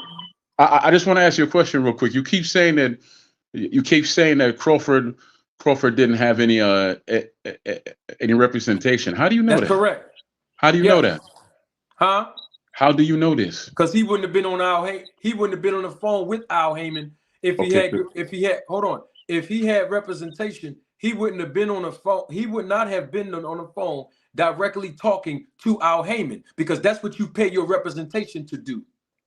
Okay. I don't know if you. Okay, listen. Sugar Ray Leonard never had a promoter. He had one man. His name was Mike Trainer. He was his lawyer and his manager. And Sugar Ray sat in the room, and Sugar Ray handled a lot of the Who business of promoted his Sugar own Ray fights. Leonard's fights? Who promoted his fights?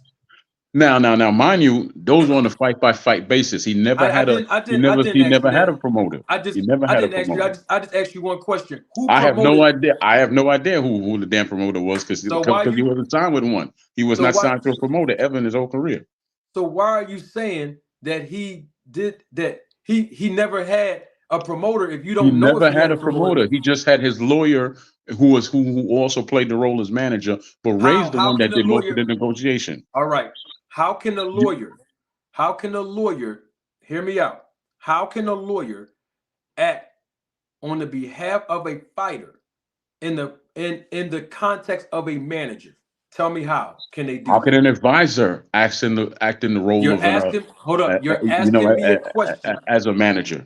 Mr. Graham, you're asking me a question with an answer. I asked you the question. Okay, well, How let can me a explain to you lawyer how. Let me tell me? explain to you how, because the Tell me. fighter gave him that authority to do it. No, It's that's not plain. how the It's business. plain and That's not how simple. the business works. Okay, well, I'm sorry to tell you, but that's the facts of Sugar Ray Leonard's history. He never had a promoter. Mike Trainer, I'm not lying to you. Mike Trainer was his manager and his lawyer his entire career. That's it. Period. And if you don't believe me, it's out there to find out. It's easily verified. Who paid him? Who paid I Sugar believe Ray Leonard? Top Rank promoted Sugar Ray Leonard's fights. Maybe on a fight Bob by fight Bob basis, but Arum. he was never signed to any. He Yeah. never had a promoter. Never had a promoter. So you answered my question. Who was that? Coach Eddie? Yes, Who said sir. that? Thank you, Coach Eddie. That's what I wanted him to say. Bob Arum at Top Rank was well, of course, Muhammad Ali's too at one He point, was not his but promoter. He did it a he fight by fight basis. He never had a promoter. Don't say he Well, was signed to a he promoter. was his promoter, because if he promoted a single fight, for that single fight, he was Fight acting by as the fight promoter. basis. It doesn't He matter. It wasn't doesn't signed matter to if any. it's a He fight by wasn't fight signed to any basis. promoter. It doesn't matter if you He was sign never signed to a promoter. if he promoted 5 of my fights in a row, that means that he would promote me Did he? for whatever fight it No. was, whether I Right. signed to him or not. Yeah, I was gonna say Listen, coach. you can't keep Listen, going to coach. the You're same actually ritual. guessing on that. Listen, coach. You're actually guessing on that because you don't know that to be fact. You said maybe he did that, so you don't know if that was fact or not, do you? I mean, how Bruh. many promoters did we have at the time? We had Don King and we had Again, Bob sir. Arum. Those were the two power guys back then. So Again, I mean, sir. it's safe to say I know that for a it fact that was Mike probably Trainer Bob was his Arum. lawyer and manager. I'm not going on hearsay. Okay, It the don't same make a guy. difference, bruh. I'm not disputing you, Mr. Graham, whether Mike Trainer was his lawyer or not. I'm not He was his disputing. lawyer and manager. No problem. What I'm telling you is that Bob Arum in Top Rank promoted Sugar Ray Leonard. That's a fact. That was his Maybe on a promoter. fight by fight basis, but he never How do had you a. know that it was a Bro, fight it by doesn't matter. fight Because he basis? never had a promoter. You talk It's about common fact in boxing. I mean, all you gotta do is common fact in boxing. I mean, come on, it's a fact. So bro. you don't. It So does. you You don't don't. have to take my word for Hold it. You on. just Hold gotta on. go Hold look on. it up and see for yourself. Hold on. Hold on. Time out. Let's be clear on something. We know that Google cannot tell any of us I'm not that. going off of Google, brother. I'm not going So off of Google. what you keep saying? Look it up. Yeah, how else am I gonna prove it to you? Okay, no problem. Let me ask you this question: how many fights did Top Rank promote for Sugar Ray Leonard? Just tell me that part. Well, first of all, I never said that they promoted any fights. That was Coach Eddie over here, so I couldn't answer that question for Because you. that's what I wanted you to. Because that's That's what I thought common you was knowledge. going. Everybody knows that Bob Right, Arum promoted right. Really? Sugar That's Ray what. Leonard. Yes, You that's don't what I even thought know you if was that's going the to. truth, brother. So Yes, I do how you too. know No. how you Mr. know Graham. sound How are Mr. you now Graham, saying hold that on. it's common knowledge when before you said he When might you have done it? real, let Coach, me Coach get Eddie. this. Hold on. Coach When you Eddie. go to the press conference, who's sitting at the table? You see Bob Again, Arum sir, I do not know. sitting in Coach I know between I Sugar don't Ray know. Coach Leonard Eddie. and Hitman Hearn. That's who Coach you know what I'm saying? I mean, that's common sense, That's bro. Coach because he Eddie. promoted Thomas Hearns. No, hold on. Time out. Hold on. Everybody stop. Let me do this. I'll take over from here. Mr. Graham, I am telling you that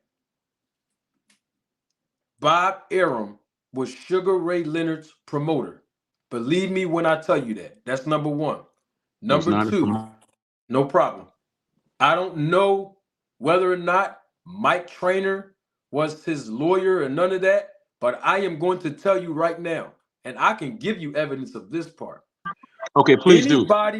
Anybody that was in the camps for the Duvas back then,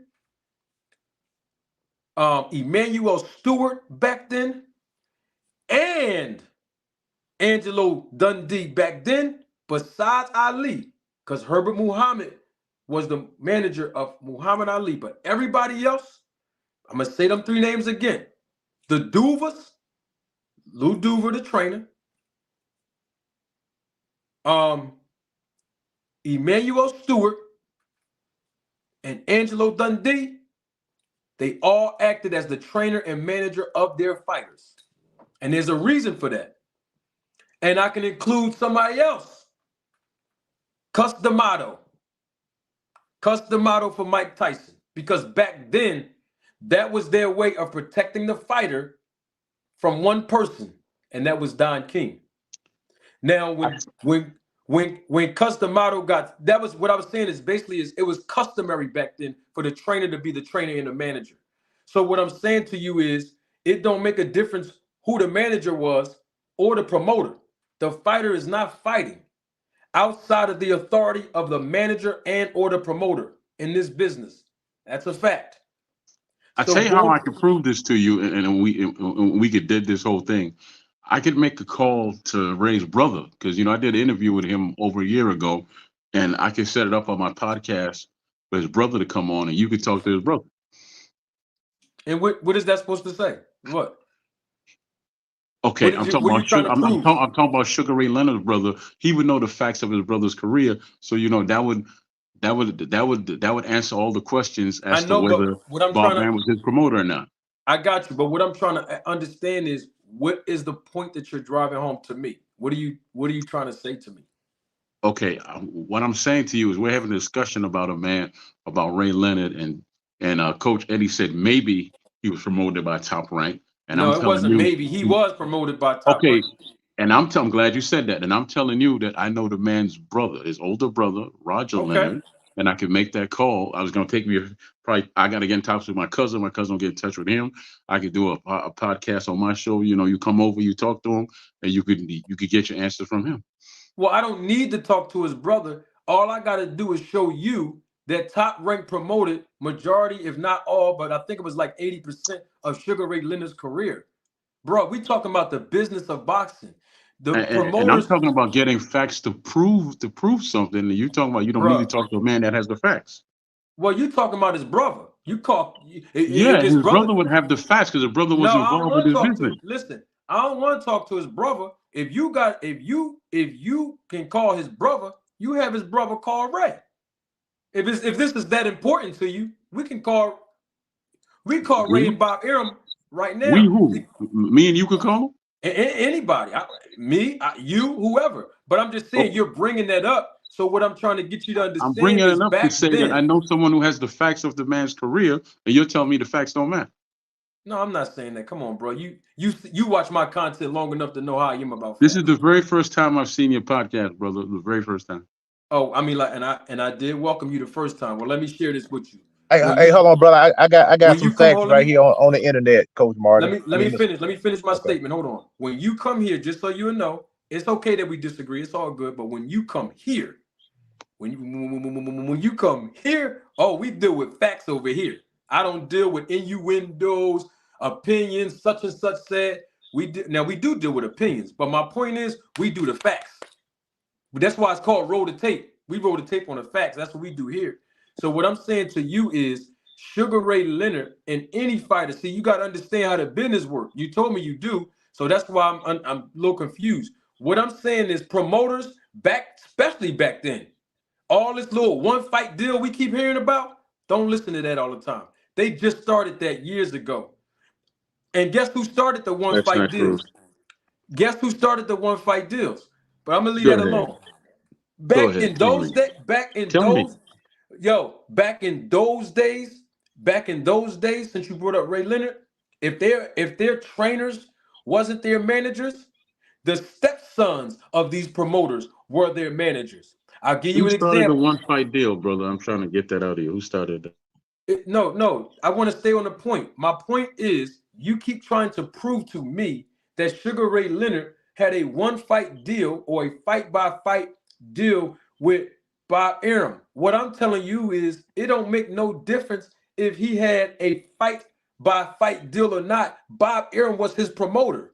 And that's why to this day, if you go on YouTube, you will see that Sugar Ray Leonard Fights is on Top Rank's YouTube page. And guess who's receiving the residuals of that? And I can assure you, it ain't Sugar Ray Leonard, it's Bob Arum in Top Rank, because they were his promoters. So that's all I'm trying to say. So you're I, correlating that with Terrence Crawford. And I'm telling you, in this game, good representation is priceless in this business, bro. And if And I'm you don't pretty take, sure the man had representation, man. I don't think I Terrence Crawford is not no dummy. it's I not got He's a the about answer, the bro. professional. He see, never done you one. you're I, you're you're you're taking this somewhere else. It's not I got the about answer. somebody, bro. It's not about somebody being a dummy or not. No, nobody's saying that Crawford's a dummy, or it's not about that. What it's about is having representation in this business. Now I'm gonna give you this. I'm gonna give you this. When you look up Wilder's background, JD's, look at his background. JD's is on paper as one of his managers, just like Shelly Finkel. Just like, if you do your background, you will see that people keep saying Bomac is the manager of Terrence Crawford. Did you ever hear that before? I really don't care about the business of No, boxing, so no. I know, So but no, I the do answer would be though. no. The answer would be no, but go ahead. Okay, no problem. So what I'm saying is, you might not care about the business, but I do. And that's why we got the channel. And so what I'm saying to you is, you can't think that just because a fighter don't have representation, that I'm basically saying, oh well, You keep saying he didn't have representation, but you can't tell me how you know that. Who don't have I representation? did tell you. I answered you. I answered your No, question. no, no, no. You said that he went into the boardrooms himself, and so what? So did Bernard Hopkins. No, he said that. I didn't say that. Terrence Crawford said that in the He didn't have any IG live. representation. That's what he said. Listen to me. Terrence Crawford said in an IG live in November of last year, that man said, and he was saying this to throw shade at Errol Spence. He said, Errol Spence got a boss. He got Al Heyman. He got to do whatever Al Heyman say he got to do. Al Heyman got to talk for him. He said, I don't need nobody to talk to me. I sit in the room on behalf of myself and talk to the big wigs. Did you hear him say that? No, I did not. But that doesn't mean he doesn't have any representation. That simply I means didn't. that So that you simply didn't means hear him that say simply that. means he sits in the. So The he, see, so you're a fan of the guy, and I'm telling you no, what no. he's I'm saying. Huh? hearing is what I'm hearing is a man who sits in the room and he wants to know about his own business. It doesn't mean he comes in the room by himself. The I man didn't. said, I I didn't hear you talk. once say he came in the room by himself. I didn't hear you say that. Bruh, the man said himself, bruh. He said, I talk to the big wigs myself. You're One not said he came talking. in the You're room by not himself, did he? talking. Huh? Himself, did he? Who sits in a room with representation and be talking, bro? That's why he Bernard was, that's why Hopkins. he was, Bernard bro, Hopkins. that's why he was sitting, that's why he was throwing shade at Errol Spence. He's basically criticizing the fact that he had representation. This is what I'm trying to tell you. This is what I'm trying to tell you. This is what I'm saying. If the guy Ish Henson was in the room, Terrence Crawford wouldn't even need to be there, and it's okay if he is, but he definitely don't need to talk if he got representation talking for him to close the deal out. I mean, even that doesn't make any kind of sense.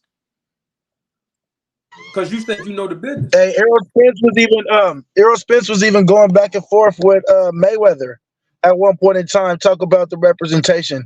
You know what I mean? Talk about Mayweather ain't on none of his paychecks when the Mayweather even tried to step in and say something. So that's really another reason why Bud Crawford was, you know what I mean? I'm a Crawford fan, by the way, but that's why another reason why Crawford was doing that. You know what I mean? Telling him, you know what I mean? Look, you know what I mean? Yeah, you got to answer to a higher up, and he was finally free. Because not only that, Bud was also taking him to court. You know what I mean? Bud was also taking Bob Arum to court. Then once he seen, you know what I mean, that this fight, you know what I mean, it ain't, you know what I mean, it wasn't easy or whatever the case may be. I think if I'm not mistaken, I think Terrence is the one that dropped them charges, right? I don't know anything about that, but listen, man. If you in business, you could definitely speak for yourself. But before you sign or do anything, that's when you turn to your lawyers. That's when you turn to your advisors, and you make sure that this deal is the right thing to do. So just because he's speaking for himself doesn't mean he's in there by himself. No. Just because a fighter or anybody has a lawyer does not mean that lawyer is qualified to discuss any business of boxing. Let's get that Al clear though. Heyman is really not a boxing guy either. He came from music. He don't really know boxing like that. What a lawyer's there is to help you How you know? How you understand how the you how you how That's you under, know that that's Al Heyman? another fact, brother. understand Hold, Hey, hold the on a hold on, second, and brother. Marty, I got one thing to say. Marty, I got one thing to say before I hop off. You Go ahead, keep Bando. saying, Go ahead. you know what I mean? Hold on, yeah, I'm gonna look at you when I say this, gang. You know what I mean? Because you keep saying your man's Marty. Haven't you Mhm. figured out by now? I've been rocking with you for a while. What you You talking figured that about, man? out I'm by talking now, about Marty? what you talking about, bro? No, I know, but you made a comment earlier. That's what I wanted to say earlier. You guys got into it. I gotta hop off. I gotta hop off though. But I All right, I wanted to got you. say, you keep talking about your man's. You know what I mean? Bruh, I need Oh my man, wrench so because I'm a part of the Road to Take film crew by now. I I got you, rock with bro. you too, Marty, I got you. I got you, big homie. I and you got know you. I do. Yep, I do. I got you. I got you. Now, You did. I want That's what I had to say. I got you, Bando. I want to jump in real quick. I know we just to kind of rewind what we was talking about. Um, Bob Arum promoted 7 of Sugar Ray Leonard's fights. Now he also his brother, which his name is Kenneth, was all they had a little promotion company, and Kenneth also promoted some of Sugar Ray Leonard's fights. So I guess in that, I guess to your point, that he may not have been on a long-term contract, but Bob Arum definitely promoted a lot of his major fights. And as far as JD's and Wilder, JD's actually acted as Wilder's trainer, his manager, and he also promoted Wilder down in Tuscaloosa, Alabama, because that's where he built his career in Tuscaloosa. Jay would go there and he would rent the auditorium, he would fill the card out, and he would promote Deontay Wilder in Tuscaloosa, Alabama. Which I'm not sure if Tuscaloosa has a freaking commissioner or not. I can't remember. They may have just got one. Because some of these states you can do whatever you want to do, man. Because they don't even have boxing commissioners in some of these states. Well, Somebody correct me if I'm wrong. well, the thing is, most of the states in the country, they do have commissions. But the thing is, my point wasn't that whether or not he's short term, long term. My point is that he has a promoter who has authority to say yes to a fight and no. That was my point. I want to play something for you real quick, Mr. Graham and everybody else. Just real quick, and I want your take on it. Hold on, real quick. I honestly can say I'm friends with him. So, we going on and on, and of course, me and Al, we going back and forth about, you know, the numbers. We're not going back and forth about anything else. We just going back and forth about the numbers. Stop right there. He said, me and Al, we're going back and forth about nothing else but the numbers. Why is Terrence Crawford, a guy who you claim has all these representations there, why is he going back and forth, back and forth, back and forth on a telephone with someone else's representation? That would be a question you need to ask to the man directly. But Well, no, you brought it up, so I'm no, I asking did you. not bring it up. You actually brought up Terrence Crawford because you were explaining to the audience that you were a manager and yada yada yada. I didn't bring anything up You didn't bring the whole point of you bringing up Sugar Ray Leonard is because you were proving a point about because we were having a Terrence Crawford. discussion about something, and you were saying that fighters need promoters. They don't need a promoter. I You don't have never to be said signed to that. a promoter I never because you could said do a that. time. You could do a fight by fight basis. You don't Mr. no. Graham, I never said fighters need a promoter. That is not true. Yeah. Well, I mean, Okay, that's a simple okay, answer I'm to me. paraphrasing. Okay. I I never mean, when said you that. it's like when you talking numbers, nobody. I mean, people understand numbers. It's like when you go sign a deal, a car deal, you know what you sign. It's like if they was only talking numbers, I understand. Basically, he was trying to figure out how much he was going to get paid in a percentage. You don't need a freaking rocket. You don't need a freaking PhD or master's degree to figure out how much money you're going to get paid. You know what? You're right. You don't need a master's degree, but you definitely need a manager. I'll tell you that much. Okay, I'll give you another fighter that's a current fighter. Dillian White, he manages his own self, and he signs with Eddie on a fight by fight basis. No problem. What's the Yeah, he actually had David Hay was managing him at one time. what's But I'm not. That was not Dillian White. That was the other one. That was Derek Chisora. That was not Oh Dillian yeah, White. okay, my fault. Yeah. I'm trying to figure out what is your point of saying all of that? Okay, my point is, my simple point is this: just because a fighter says that he's his own boss does not mean he does not have anyone standing next to him that's an advisor or a lawyer. It Terrence doesn't mean that. Crawford said he was his own boss. I'm only going by Yes, what yes, you his said. own boss, but it doesn't mean that he goes into the boardrooms alone. It means that he's his own boss. But I agree with that. the reason why he said that, let me tell you why he said that. Because you said you didn't hear none of this IG live stuff. So let me tell you. The reason why he said that is because he was a free agent away from Bob Arum, away from having an exclusive contract or an obligation to a promoter. That's why he said that. That's cool, but it doesn't mean that nothing you're saying proves that he went into any boardroom by He's himself. talking to Al Heyman on the phone, back and forth Okay. about the numbers. That's what he said. Okay. It doesn't mean that before the contract is signed, he doesn't speak to a lawyer, doesn't speak to an advisor, and then they come up with then they settle the deal like that. Because Bernard Hopkins does the same thing. Bernard Hopkins has done the same thing We're not comparing ever Bernard since he to left, Butch Lewis and them. He's the one dealing with Manager Don Marty. King. Manager Marty, I got to kind of agree with my man right there. Yeah, you can negotiate on your own behalf, but at the end of the okay. day, Say no more. if somebody hands you a 20-page no more. contract, I'm gonna have my lawyer look at it and read it first and highlight some things. If I have any questions, I'm gonna have my lawyer look at it and highlight some things and explain this to me. What does this mean? Say no more. Say no more. No problem. No problem. You gonna get a lawyer to look over the paperwork? Fine. No problem. No problem. I mean, but I even know. that to say, But go guess ahead, Coach. what? But guess what? Terrence Crawford, he got representation, and that's Yes, how sir. the fight got done. I keep telling you that this from the beginning. But He that's got common sense stuff, representation. though, brother. That's common sense stuff. Why No, wouldn't he it's do that? not. No, it's not, bro. You don't If you know. See, you trying to. Hold up for a second. Hold up for a second, bro. I don't know what you do as a professional, right?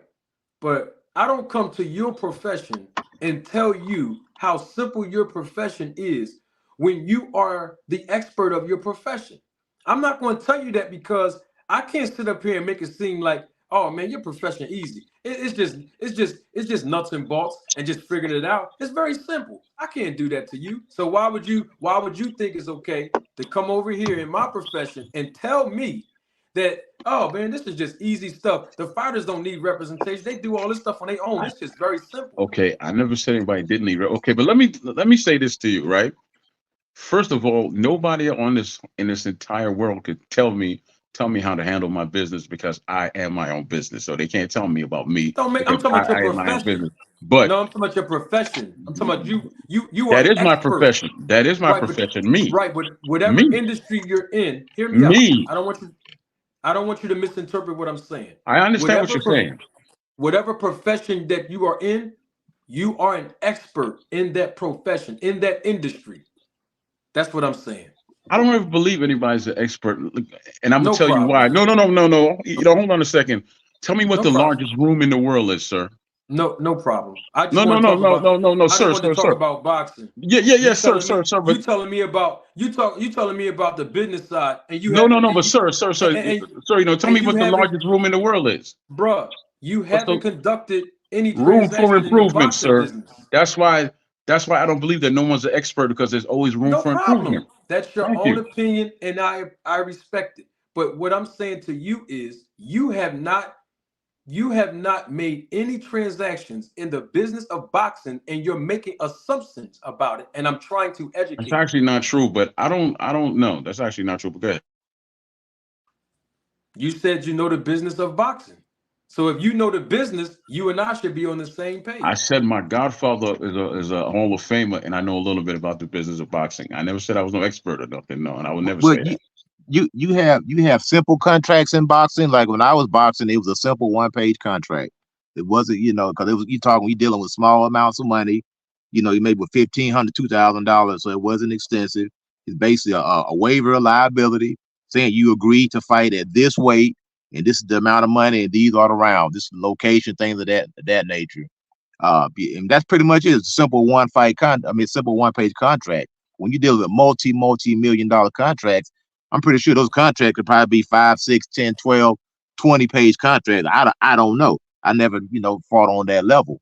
So when you're dealing with multiple pages, you have to have somebody that'll represent you to make sure you're not signing rights away or whatever, because you don't know what you're signing, you're screwed because you're legally bound to it Exactly. because you signed it. Isn't that what I've been saying from Exactly. the beginning? Exactly. That's why you have a lawyer, Ho- and most Hold up. and if you go Hold into the up. courtroom, you have a Have lawyer. haven't I been saying good representation in this business is priceless? Haven't I been saying that from the beginning of this? I agree with you on that. What I'm not We'll be agreeing talking with about that. is that Crawford didn't have any representation. That's what I don't agree with. Originally, he did not have representation. He did How not. how do we know this? How do we? I just Because he told said the he's his own man just boss. told you he on the phone directly talking to someone No, else's that doesn't mean representation. anything. Hold So on for what a if he's minute. talking to He's somebody? And what on does the that prove? phone. Hear me out. He's on the phone talking to another fighter's representation, not his representation, talking to the other fighter's representation. That He doesn't. himself. He said that he sit in the room with the big wigs and he talked for himself. He said that. Yes, he never said he was there by himself. It don't make a difference. All I'm saying is if you got representation and they're good representation, you ain't got to say anything. Period. There's nothing to say. Okay, well, That's like hiring an attorney. Since you keep bringing up a lawyer, that's like hiring a lawyer, going in the courtroom, and you still trying to talk to a judge. It's the same thing if you hire a lawyer, like you said, in the business room in boxing. What are you talking for if that's you two got a different. That's two attorney? different things, brother. It's two An different attorney things. is an attorney that's going to represent you, period. That's all I'm saying, bro. That's two different things. Because yeah, that's two different things. But It's you the do same realize that. thing.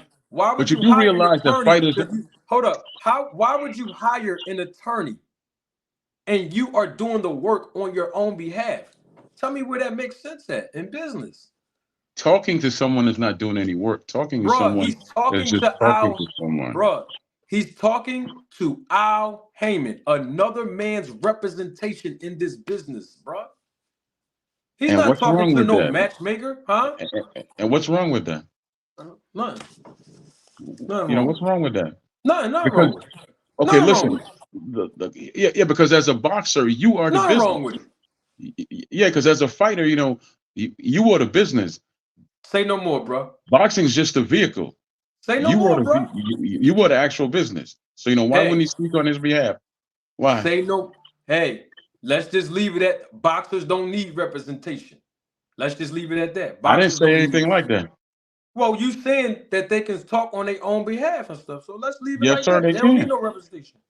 They don't need no representation. I mean, because guys like Joe Gans did it back in the day. You keep talking, and Sugar Ray guess what? Sugar Ray Robinson did it back in the day. And guess Uh, what? And guess what? They wasn't fairly compensated. Do you know anything about Joe They Gaines? wasn't fairly compensated, No, but I'm bro. saying, no. Do you know anything about Joe Gaines? They wasn't fairly compensated. You don't know This nothing has about Joe nothing. Gaines if you I say know that. my You history don't know of nothing about boxing. Joe. I know who you talking about. I already Yeah, know all you that, probably bro. know who I'm talking about, but you don't know what he owned and what he accomplished outside of the ring. He Bruh, had his own business and he owns hotels and all that. So no, you bruh, can't say that about Joe Gaines. bruh. I'm not talking about one fight. Hear me out. Good representation in this business is priceless. There's nothing that you can refute about me saying that. I never disagree with you on that part. To What say we that the talking man about didn't, then? Why we y- talking y- about? Why we right? talking To about say this? that If the you man agree didn't with have me, the, to say the man didn't have any representation, you did he can't get the prove deal that. done? Of course, he got it done, but I'm sure he had help from No. lawyers and At advisors. the time I'm that sure he he was did. at the time that he was talking on the phone to Al Heyman, did he get the deal done? Yes or no? That time, no, Okay, no. But then. What did he do? What did he you do to asked show me us? if he got the deal done, and the answer is yes. No. At the time that he was telling us on IG, what happened when he He was didn't tell me talking on nothing on that that. phone? You agree with me? He didn't get the deal done. What did he do? He got He the went. deal. Okay, okay, good. You know, he went and got representation. No, So before it that, he doesn't mean went. that he never had representation, brother. It There's don't no make way a you can prove difference. that. What I'm trying to tell you, it don't make a difference if he's talking to Al Heyman, another man's representation on his own recognizance. If he's talking, like he said, to all the big wigs, he said, I can talk for myself. If he's doing that, he should be able to secure the fight without any representation. But he Okay, was well now not. you're changing it. Now you're saying he should be able to. Prior to this, you were saying No, flat out he I'm didn't have any saying that's what. representation. No, I'm saying that's what you were saying. So if you How are in the hell am saying, I going to say that when you're the one who's saying that he never had any representation, and I simply listen, said that, bruh, that you can't prove he did? listen, bruh, he on the phone talking directly to somebody else representation, bruh. What does that mean? He has a You voice. A tell God. me. What does You that tell mean? me what that means. You tell me Okay, so if you're he saying that no, fighters shouldn't listen to speak me. up for themselves. No, you tell me That's what what you that keep means. saying. No, listen, you tell me what that means. If I will I tell you hire an exactly what. attorney, Okay, I can listen, tell you listen to exactly me. what that means to me. I can tell you that basically he's talking to him to see what kind of offer he can get. Now, once they actually hammer out the deal, that's when the lawyers come in and everybody else to make After sure the that it's fact, the right? best to actually make sure that it's the best deal that he could get. But he can speak on his own to find out, to find out this man's temperature and to find out where he's going to go with this deal. But he's not No going to problem. close no deal without no lawyer No because he's problem. not an idiot. He's not Nope. an idiot, man. No, it's not about him being an idiot. You taking this across the street. That's not what I'm saying. What I'm saying is, why hire an attorney if in the preliminary stages of you hiring the attorney, you are paying in this attorney. This attorney is going to send you an invoice and you are hiring representation as an attorney. You paying money. You ain't going to use the attorney. You're going to say, I'm going to talk for myself.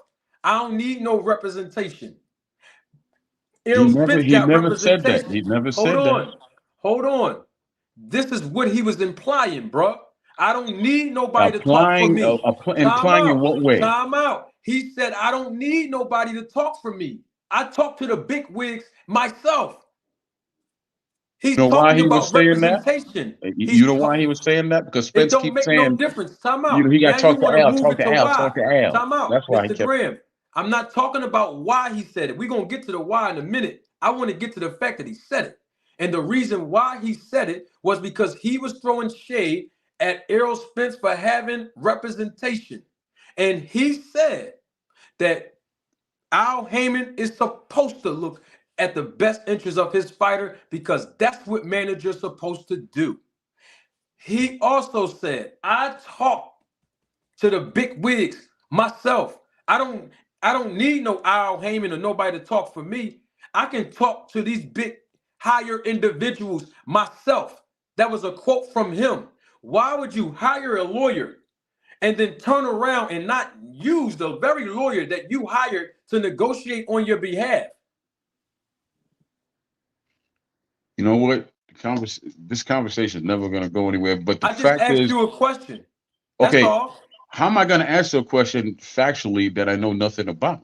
Because I Because you can't prove. brought this up, I bro. can't. No, I did not bring it up, brother. You brought up the subject that you're a manager and you do this, and you said What Crawford made did me not say have that? any representation.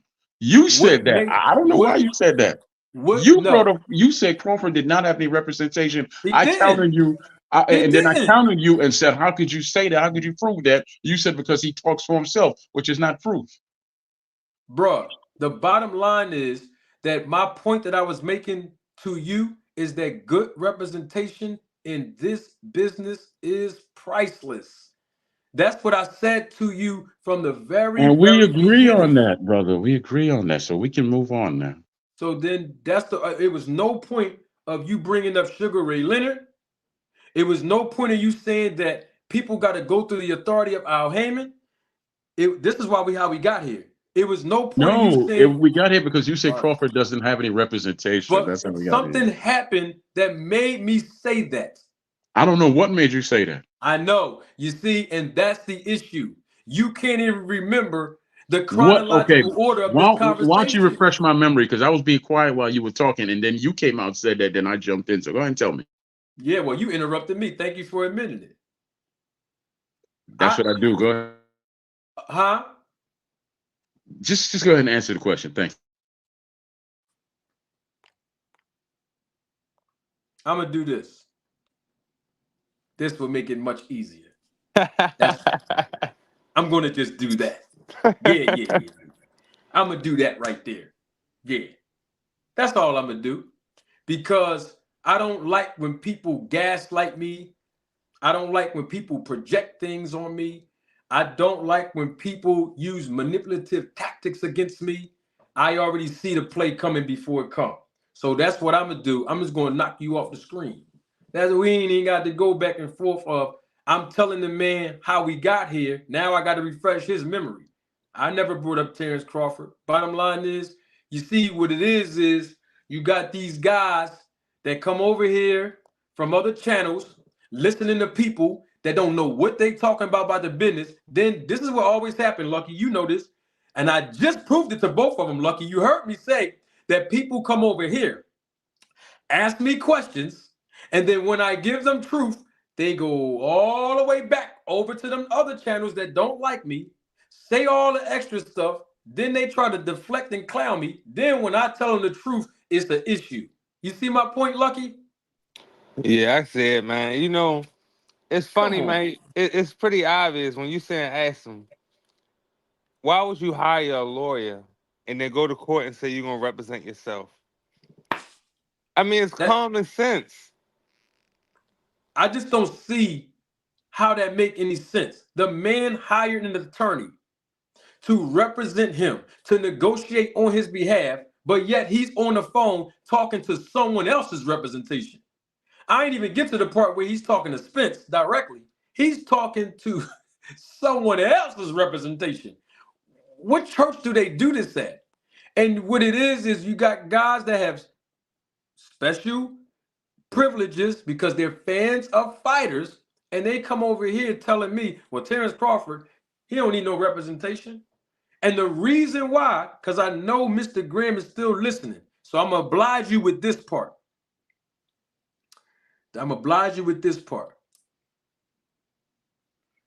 I said that good representation in this business is priceless.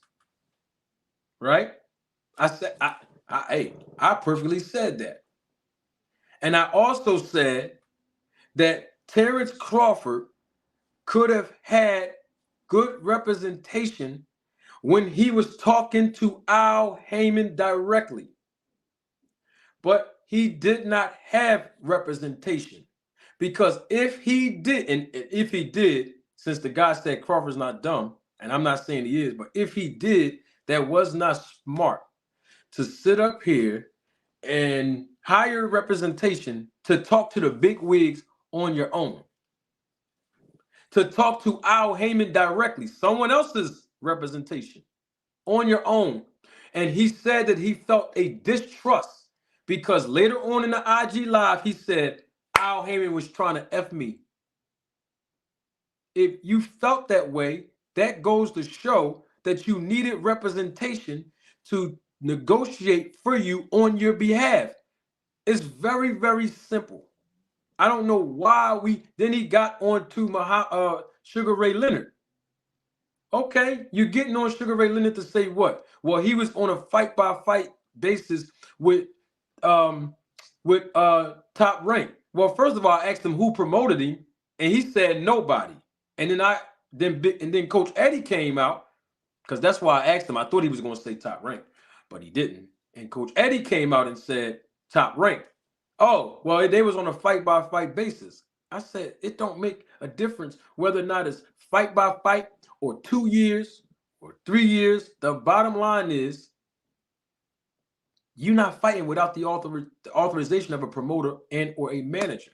And the reason why I said that is because he said to me, how is Al Heyman the final authority if he's just an advisor? And I was trying to break down basically how it works in business. When you say manager advisor, he's the manager. It doesn't make a difference if you say advisor. So he accused Al Heyman of violating the Muhammad Ali Act, and I basically told him that he wasn't. He wasn't, because he's not the promoter and the manager at the same time. The reason why the Muhammad Ali Act came around in the first place, let's be clear, is because at that time, we noticed to be true, Don King, the promoter, caused a conflict of interest because he allowed his stepson Carl King on paper to be the fighters that was under Don King's banner, whom he was promoting. He allowed his stepson Carl King to be the manager. That was a conflict of interest. And that's what really started this whole ordeal of the Muhammad Ali Act, which went through Congress. God rest the soul of John McCain, who, helped spearhead that process. I know the whole story, but that's all I'm saying. So when he was trying to say that Al Heyman was violating the act, Al Heyman is not a promoter. So I was just trying to give education. You know what I mean? That's all I was trying to do. Many Face Publishing, double salute to you. Thank you for your contribution and your support to the channel. Many Face Publishing says, how can a fighter without any promotion make a fight happen? Where does the fighter get the money to put up for the event? Is that a legitimate question for me, Many Face, or was that the question that you were asking the guy, Mr. Graham? Double salute again. Many Face Publishing says, roll the tape, air fryer hot. I think that was a question for Mr. Graham, but we'll wait for Many Face to let me know, because I will answer that. Joseph Swat, my guy, double salute to you. Thank you for your contribution and your support to the channel. Joseph says, if you want facts, rock with the manager, and the facts will rock with you. Can I read that again, y'all? I hope y'all don't mind. If you want facts, rock with the manager, and the facts will rock with you. And there's another manager who is also in the chat, and that is my family, Rachel Donier. So if you want to know how to rock with the managers, you can rock with me, or especially when Rachel's here, she wouldn't mind educating you as well. You rock with, the manager Rachel. We just try to educate the people. That's what we try to do. You got these guys, coming over from these other channels, listening to what they talking about, and they don't know what they talking about. Unfortunately, that be happening. Double salute again to Many Face Publishing. That was a question for Mr. Graham. Yes, that was a question for Mr. Graham. Mr. Graham, hopefully he's in the chat, and maybe he can answer. Because he was a little bit disrespectful by telling me, go ahead and talk and do all this. We not. Yeah, well, I don't let people talk to me like that, bro. We was having a dialogue. It's okay if we disagree, but at some point, if I'm trying to tell you something, even if you don't agree, hear me out. Because the thing is, like I said, I don't come to nobody else's profession and try to tell them whatever industry they're in. Even if he don't agree about the term expert, if whatever profession that he's in, I'm not coming over there saying, "Oh man, you don't know what you're talking about." Man, it's just simple. It ain't that deep. Yeah, it's just numbers and words on a piece of paper. Yeah, okay. Ask the fighters that. Yeah. Ask the fighters that get involved in these contracts. Ask them, is it that easy? Yeah, just ask them. Yeah. Ask the older legends, the Hall of Famers. Ask them about how important it is to have representation in this business. You ain't gotta take my word for it. Ask any fighter. They'll tell you. It's important. It's not about a fighter being dumb, because he was saying, well, Crawford's not a dummy. Well, it's not about him being dumb. Fighters have a certain skill set in the ring, but that don't translate to, having the same expertise and knowledge when it comes to this business. That's why representation is important. And speaking of representation, we have representation here. Hey, what's going on, Rachel Donaire? Salute, double salute to you. Hey, what's up? Merry Christmas. Yeah, like I think one of the things that like super bother me and that I've been noticing a lot lately is people like it's great be a fan of a fighter and you could tell the narratives that have been talked on different channels and then they take that narrative, right? And then they run with it. But then when you start pressing on them for like, okay, well, where's your facts? Like what I said like in on the chat. There are some people that was like, well, when was it mandated? I'm like, why don't you tell me when was it mandated? Because I have a feeling you don't know. It's like, no, I don't know. I was like, so you're using it as a talking point, trying to put me in a corner, but you actually don't know that that corner was already created by you, and I'm going to put you in the corner because you don't know what the hell your talking point is. It's like Yeah. they don't comprehend that all of these things that we're talking about, we already know what has been happening, and there's facts behind it. Let me give you another example. There was somebody that was so one was someone was trying to tell me that Alexis Rocha wasn't getting called as mandatory. And then I was like, they mandated. He's like, well, when did they? When did they? I was like, you're the fan. Tell me when. And he couldn't. I was like, February. Why do you think he was over there in January at Golden Boy?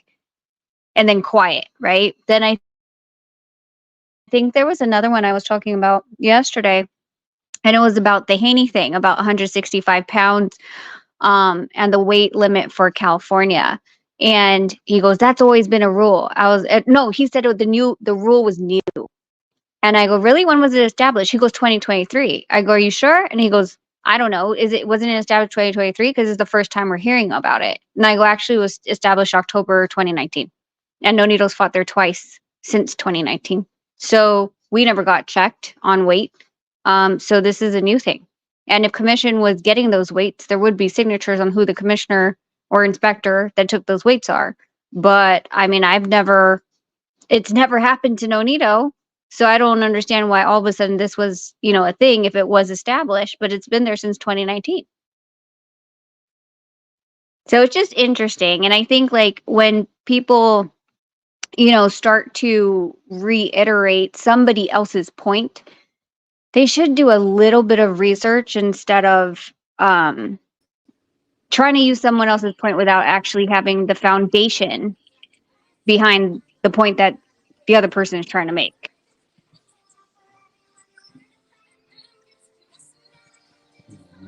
You're muted, Marty. Oh shoot, Okay. sorry. Let me get this super chat and many I'll face be public back, is Nina. here. And I'll be back, Nina. all right, let me get this. My guy, double salute again to my guy Joseph Swab. Joseph Swab, thank you for your contribution and your support. As always, Joe, my guy. Joseph says we gotta straighten Benzo up and straighten those other content creators out. That was from my guy Joseph Swab. And I think he's talking about Benzo, who've been trying to get on this channel all day tonight, but I refuse to let Benzo on right now. Maybe another time for Benzo, because Benzo, when he gets on here, a lot of times I notice this. He takes the panel in a totally, completely different direction. Because he keeps wanting us to talk about Terrence Crawford, and he keep talking about old talking points that people really not trying to go back and forth about. And not only that, but we seen what just happened now, where I try to be graceful when I let people come up and not, cut them off to say, all right, we ain't talking about that. We talking about this. Because sometimes that do tie into what we're talking about. But even if it doesn't, I use it as a teachable moment, like I do everything else. And so it's like, man, it's all good. I'm not going to let nobody come over here and tell me, oh man, it's not that big of a deal. Hey, it's just letters and numbers on a piece of paper. There's only one paper. Sometimes it's 3 or 4 papers or 20 papers. It's no big deal. Okay. Ask the fighters if it's a big deal when they don't understand how to interpret the language that they're reading. That's why good representation is important. Many Face Publishing. What's up, my guy? Many Face, you there? Yeah, my fault. Oh, It there was you go. muted. Yeah, it was muted. My fault, man. Yeah, man. How you guys doing? Salute. Happy holidays to everybody that celebrate. Um, I was listening. I just got on your panel a little while ago. Hey, what's up, man? And I was just listening, and it's like everybody wants to act like they know what they talking about, man. And you know, just learn. Sometimes you got to be humble and just listen, man. And everybody want to get on here and act like they know, the entire business and know everything and what somebody's doing, what somebody ain't doing. Like you're not in that person camp, you don't know. You know what I'm saying? We just fans, man. Like, you give your opinion, but homeboy was trying to get on there and like try to give you a teachable moment on your own show, man. Like, come on, man. Like what is he doing, man? You don't know the fryer is hot, man. You know what I'm Yeah, saying? he Like didn't know. he ain't know, you know what I'm saying? So now, my question though I was asking is like, all right, if he his own boss, how he gonna promote his own fights? How does Sugar Ray promote his own fights if he didn't have a promoter? Because remember we was talking the other day and you broke it down how the promoters they gotta pay for certain things, they gotta Yes. do certain things. How and that's how you know they're not paying attention. How does a fighter without a promoter do that? That's why I was asking the question. How does he do that? Where is he putting them? Where he getting the money from? You know what I'm saying? Well, Yeah. Like, it's not just that many face publishing. We actually, me and manager Marty walked this down a while ago when the story or the narrative was when Bud signed the Avanesian fight. They're like, oh, he's his own boss. He's putting on his own promotion and blah blah blah blah blah blah. yeah, And it's public record that it wasn't Terrence Bud Crawford promotion. It was oh my God, the guy in LA, be Bash Boxing yeah, had to use his Yes. own promoter license. yeah, And that's the thing that people miss, right? Is that Yep. yeah, to be a promoter, you have to have certain licensings with the commission that take a while. Like it's not like, oh, hey, I'm just applying to be a promoter. Do you have to present like taxes for I think like 2 or 4 years? You have to have all these like everything listed out like for the promotion on who is like within the promotion and things like that. So and I don't know if I'm pretty sure it's promoters, but some states require, fingerprinting and stuff like that, background Hmm. checks. Hmm. So there's all of these things that go on into being a promoter, in addition to getting, of course, the TV rights, getting the venue, getting the insurance for the venue, getting the Oh insurance yeah. for the event Yeah. itself. Like all of these things come into play. It's not just, hey, I want to do a backyard party and woohoo, we're going to do a backyard party, yeah, Yep. so I but me and manager Marty had gone through this before because of that narrative of you guys don't know what you're talking about. Um it wasn't a TBC that did that card in Omaha with Right. Avenesian. Right. That's correct. yeah. And And that's I'm many sorry. faces. Yeah. That's just my whole point I was making. She broke it down just for me perfectly, and that was my point I was trying to make. Like we don't know, so like, and that was why I asked that question. Like, it's not that easy. It's just that you only get so many characters in your in your message that I couldn't really get everything out that I wanted to say. But that was my whole point. How does eh, a fighter do that? Right. And it's crazy Yeah, because just the other day, as you said, many face, I was breaking a lot of this stuff down.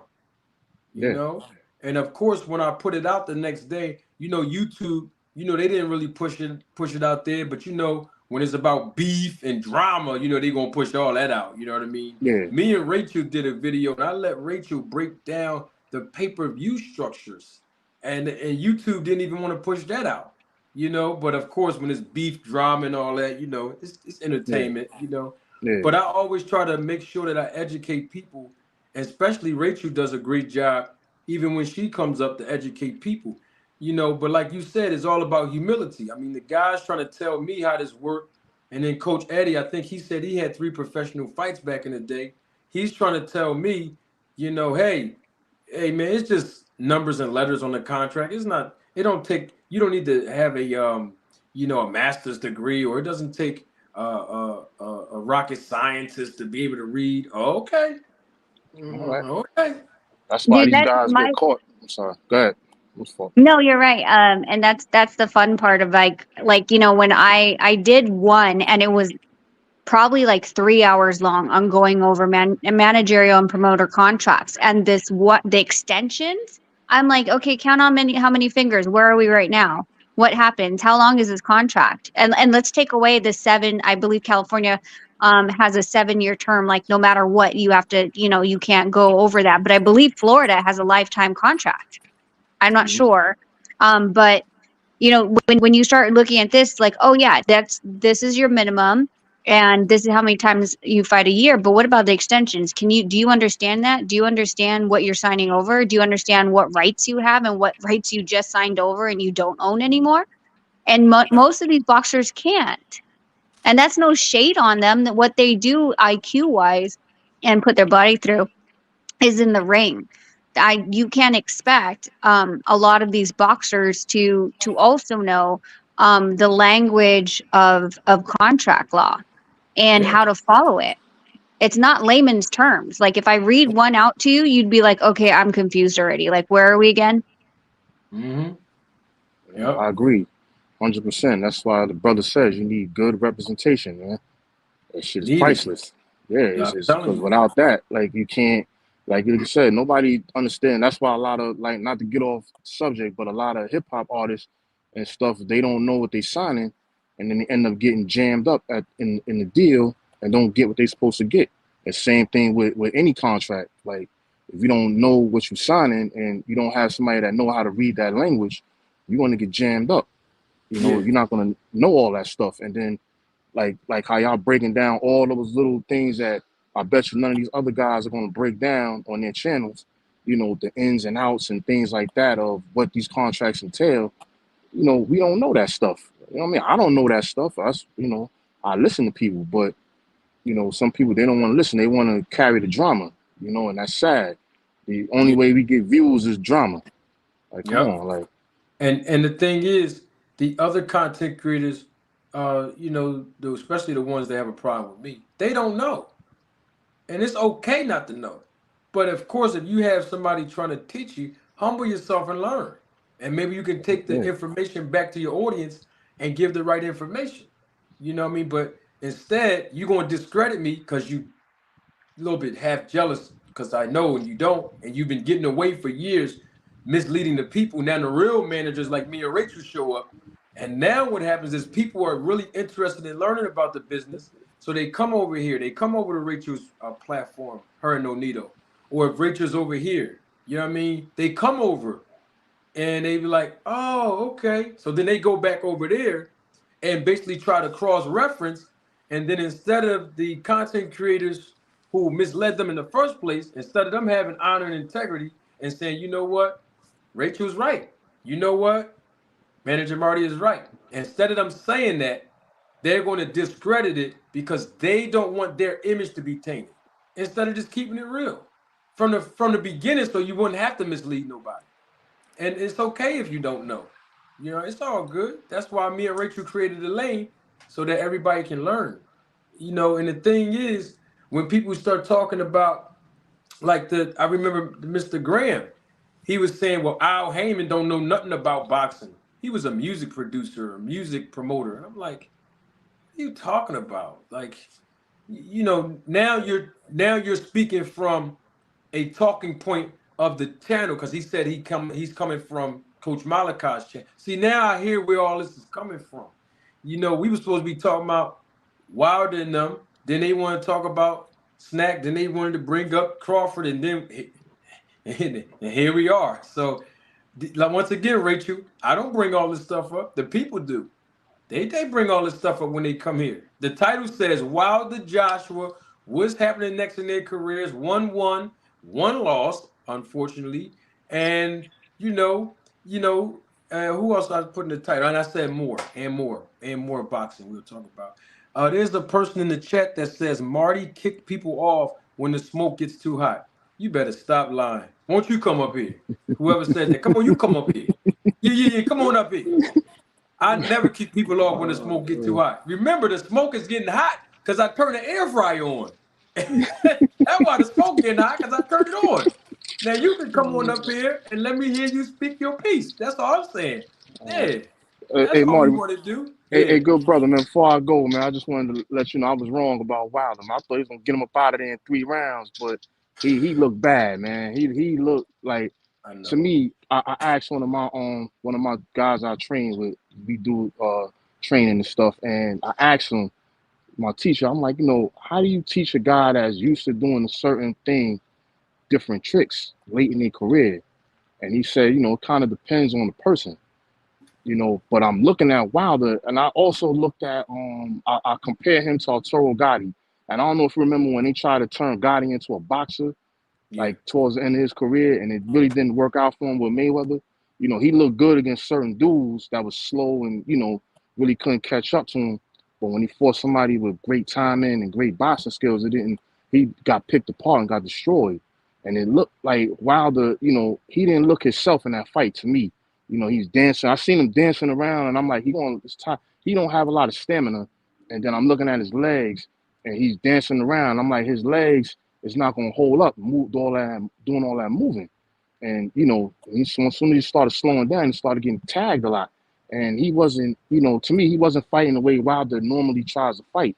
And I feel like sometimes the trainers, you correct me if I'm wrong, can try to change some of the way certain guys have been built their whole careers, and that can actually hurt them because they're not really fighting the same. So as soon as they get hit, they revert back to what they know best. And but Wilder was up against a guy that has a pure boxing background, and I think that kind of hurt him in that fight. But I thought that he remember I said too, I gave the breakdown to Joseph Parker how he could win, smother him, get on the inside, and make it rough. Um, and that's what he did. And Wilder, he just didn't look too good. I don't know. I don't think he should retire just yet. But if he lose one more fight, I don't want to see his career go down the toilet, because you know what they're gonna say about him. He start losing. You ain't beat nobody. Look how you look now. You start fighting good competition. They're gonna try to shame him. So I don't want to see his career take a bad turn. Yeah. I do want to see him fight again, but I don't think he's Anthony Joshua. I don't think that fight should happen. I think he needs another tune-up fight or two to look good and see how he looks. Because remember, late in Tyson's career, he started losing the journeyman. He realized, it's over for me, man. And I don't want to see Wilder go through that, man. You start losing, like Roy Jones, same thing with him. He fought way past his prime. And I don't want to see that happen to Wilder. There were What's your certain take on things that? that Wilder had not done. First of all, when he walked into the ring, even though Nito said, well, he's like, why does he look so damn skinny right now? Yeah. His legs Okay. is too skinny. Well, Yeah, just his whole frame in general is a lot slimmer than it has been. So that was one noticeable factor that Nonito saw when he first walked in. Second, we were trying to figure out, we're like, is it our TV or is his legs thin? And I was like, dude, the freaking TV is supposed to add 10 pounds, not make you look skinnier.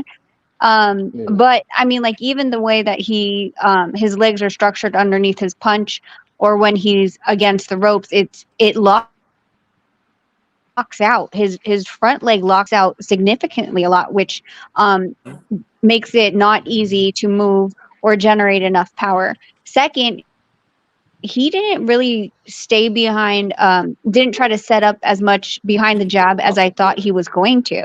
So when he was betting on the right hand, like the thing is the right hand wasn't ever disguised behind, jabs and placement. It was just coming to throw.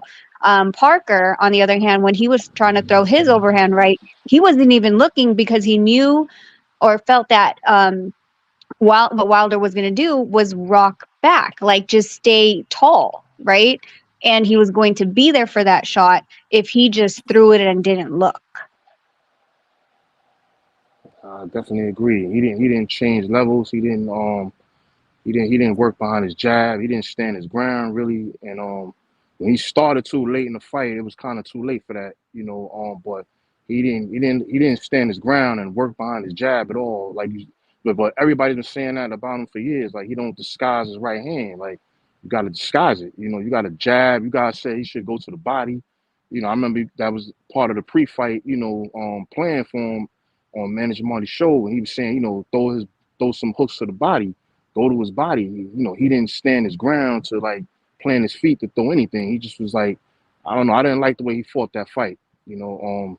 But and then it's the ring rust too. I think I'm not making no excuses for him. He clearly got outclassed in that fight. But you can't fight once every year or every 18 months and think you're going to be sharp, man. You got to get in, got to get some reps in there, like.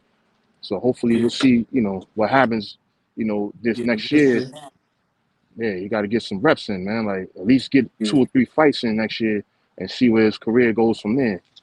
But I was yep. I was wrong about that, man. But Yeah, it's all good. yeah, It's all yeah, good. Hey, yeah. hey, Rachel and Manyface, I'm gonna let this guy up here. He's in the back, and I'm not gonna make him feel like it's a gang of people on him. I want him to come up and No, speak his piece. The guy right here on the screen. So if I'm still you, on here, y'all definitely more than welcome to come back up. Absolutely. I'm done, man. I gotta do some things, man. But I just wanted to Appreciate speak you. my piece, man. I appreciate you letting me on, man. Always, bro. Thank you. You know you're a part of the family. Appreciate you, man. And Mr. Okay. O'Neill, I appreciate your knowledge, man. I appreciate you. Oh, you're welcome. Marty, you want me to All right, drop?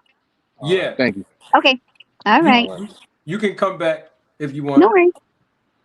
All right. I don't want to mispronounce his name. Quadamak.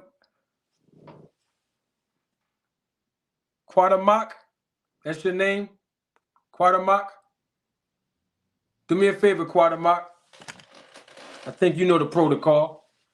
I don't recall seeing you in my chat before, but if you don't know the protocol, it's very simple. All you got to do is show your face. I got you in the back. Show your face. You know what I mean? So I can know you. You know what I mean? You real. You're not trolling. When you get on here, you can turn your camera back off if you want. And I hope I am pronouncing your name properly. Quatamak.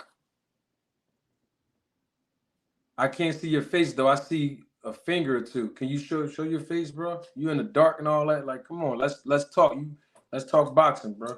Can you show your face, your camera and all that, man? Quadamak, can you show your face, bro?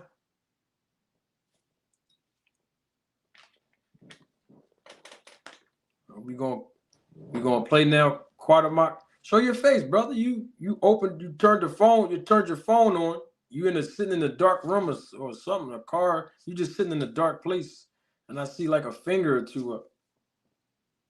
You gonna turn your camera on so you can come on, or you gonna not do nothing?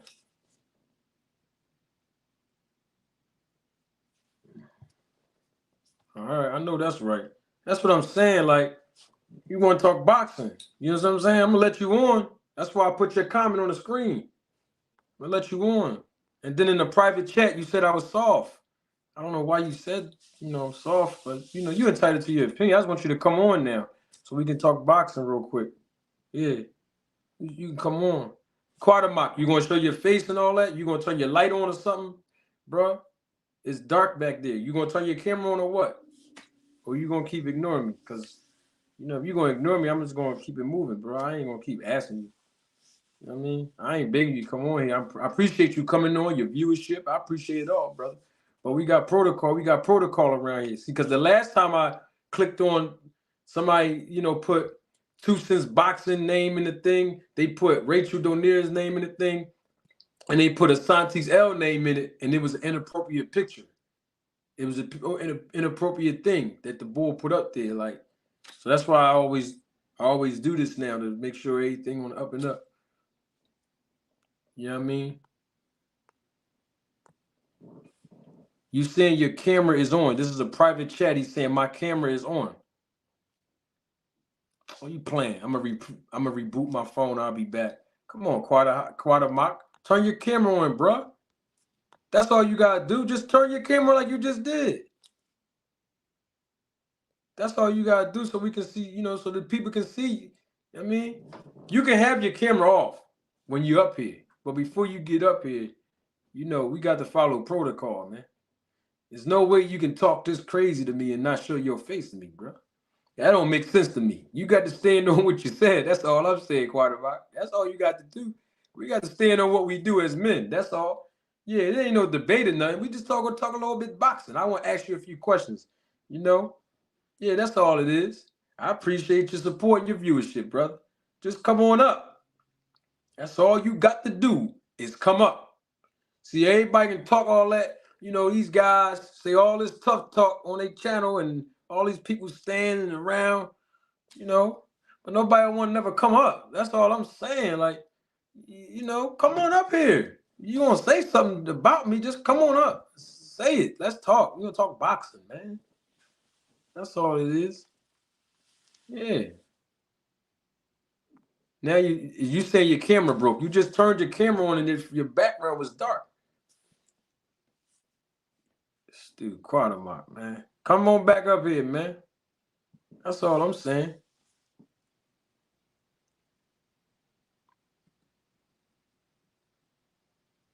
No, I ain't acting like I don't see you, Troy Graham. I'm not acting like I want this guy up here. I want him up here. I want him to come on up. Yes, I want to have a dialogue with this man, Troy, Mr. Graham. You know, Mr. Graham, you was a little rude, Mr. Graham. You know what I mean? You know the way you was talking very demonstrative, bro. Like that's all it was all that about. You know what I mean? Yeah, Benzo can come up now. Yeah, he can come up too. Benzo can come on up. You know? Yeah, because I seen Benzo earlier in the back, but I had about 5 people up here. You know what I mean? And the thing about it is that you know, Benzo, he like to shift the panel in other directions, and it's like we gotta stay on course, man. We can't let the people distract us. You know what I mean? We got to stay on. We got to stay on course. My backdrop about to fall. What's going on with this thing back here? Where's the guy? What's the name, man? Where is he?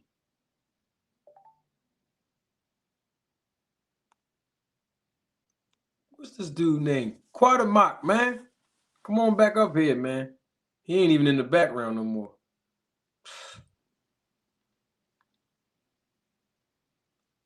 Oh, that's crazy. Oh well. Benzo, you here?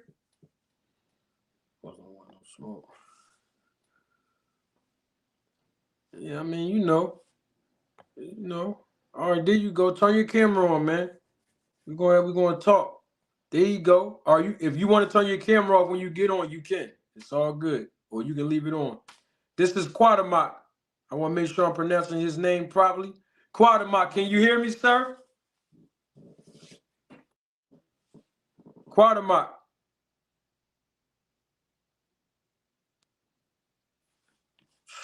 See, he playing. See, that's what I'm saying. These clowns, and he put that picture up there like, come on, bro. I'm going to ban you from the whole channel now, bro. Ban you from the whole channel behind that. You see what just happened, Joe? I saw it. Man, these dudes are a bunch of clowns. That wasn't even he changed his picture. It was a different picture of a person. These dudes are a bunch of clowns, man.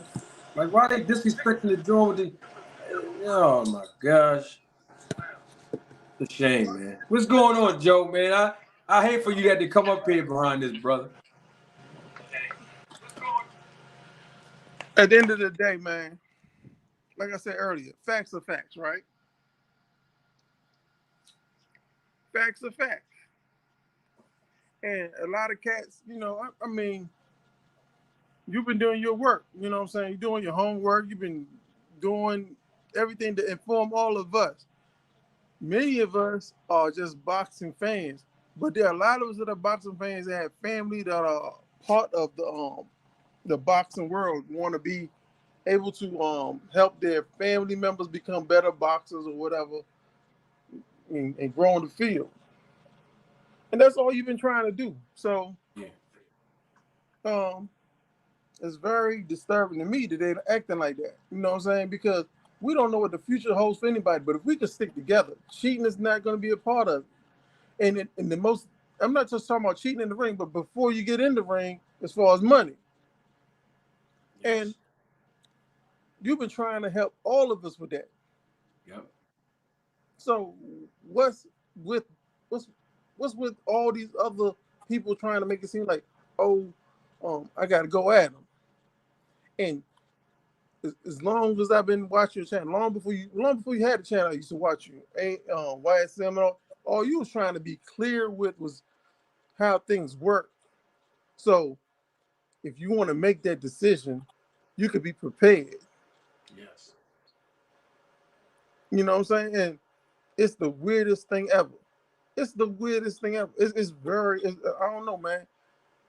Being a good person sometimes doesn't pay off. It just doesn't. Mm-hmm. You know what I'm saying? And I think there's a boxer that knows that. So I'm just gonna leave it at that. But um, man, so much is going on. So I many, like how you I like how you said that. That's true. That's true. yeah. That is true. It's That's being, true. yeah, it's just the way the world is sometimes, and especially in the world we're in. Um, I watch I watch a lot of fighters get beat up, like you said, before they step in the ring. And I'm talking about beat up out of their money. You know what I mean? mm-hmm.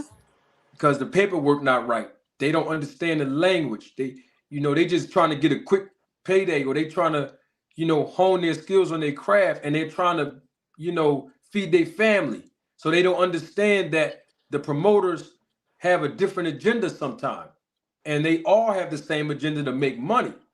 And I don't like seeing people, particularly fighters, get exploited. That's what made me get into this business, to help the fighters. You know what I mean? And so it's not about, like the guy Troy Graham is saying, it's not about people having difference of opinions. I've been doing this for a whole year, and I let people rock out on my panel, even though they have different opinions. That's why we do the Town Watch check-in, Joe. You see what I'm saying? From the very Mm-hmm. beginning, we do Town Watch check-ins so that people can know, even though we're from different geographical locations, we can share one thing in common, and that is the love of the sport of boxing, even if we have different opinions. So, Troy can say that shows weakness in my character. I'm not afraid that people having a difference of opinion. What it is when you start to challenge me after I'm trying to be gracious enough to educate you with truth, where these other channels that you go on and you support them, they don't know truth. And as far as the business side, they talk like they do. And then when you come over here, you start to take on their character on how you deal with me. Because Troy, like Troy Graham said, this is the first time he's ever been here. So if this is the first time you ever been here, how can you be that rude? This is the first time you've been here.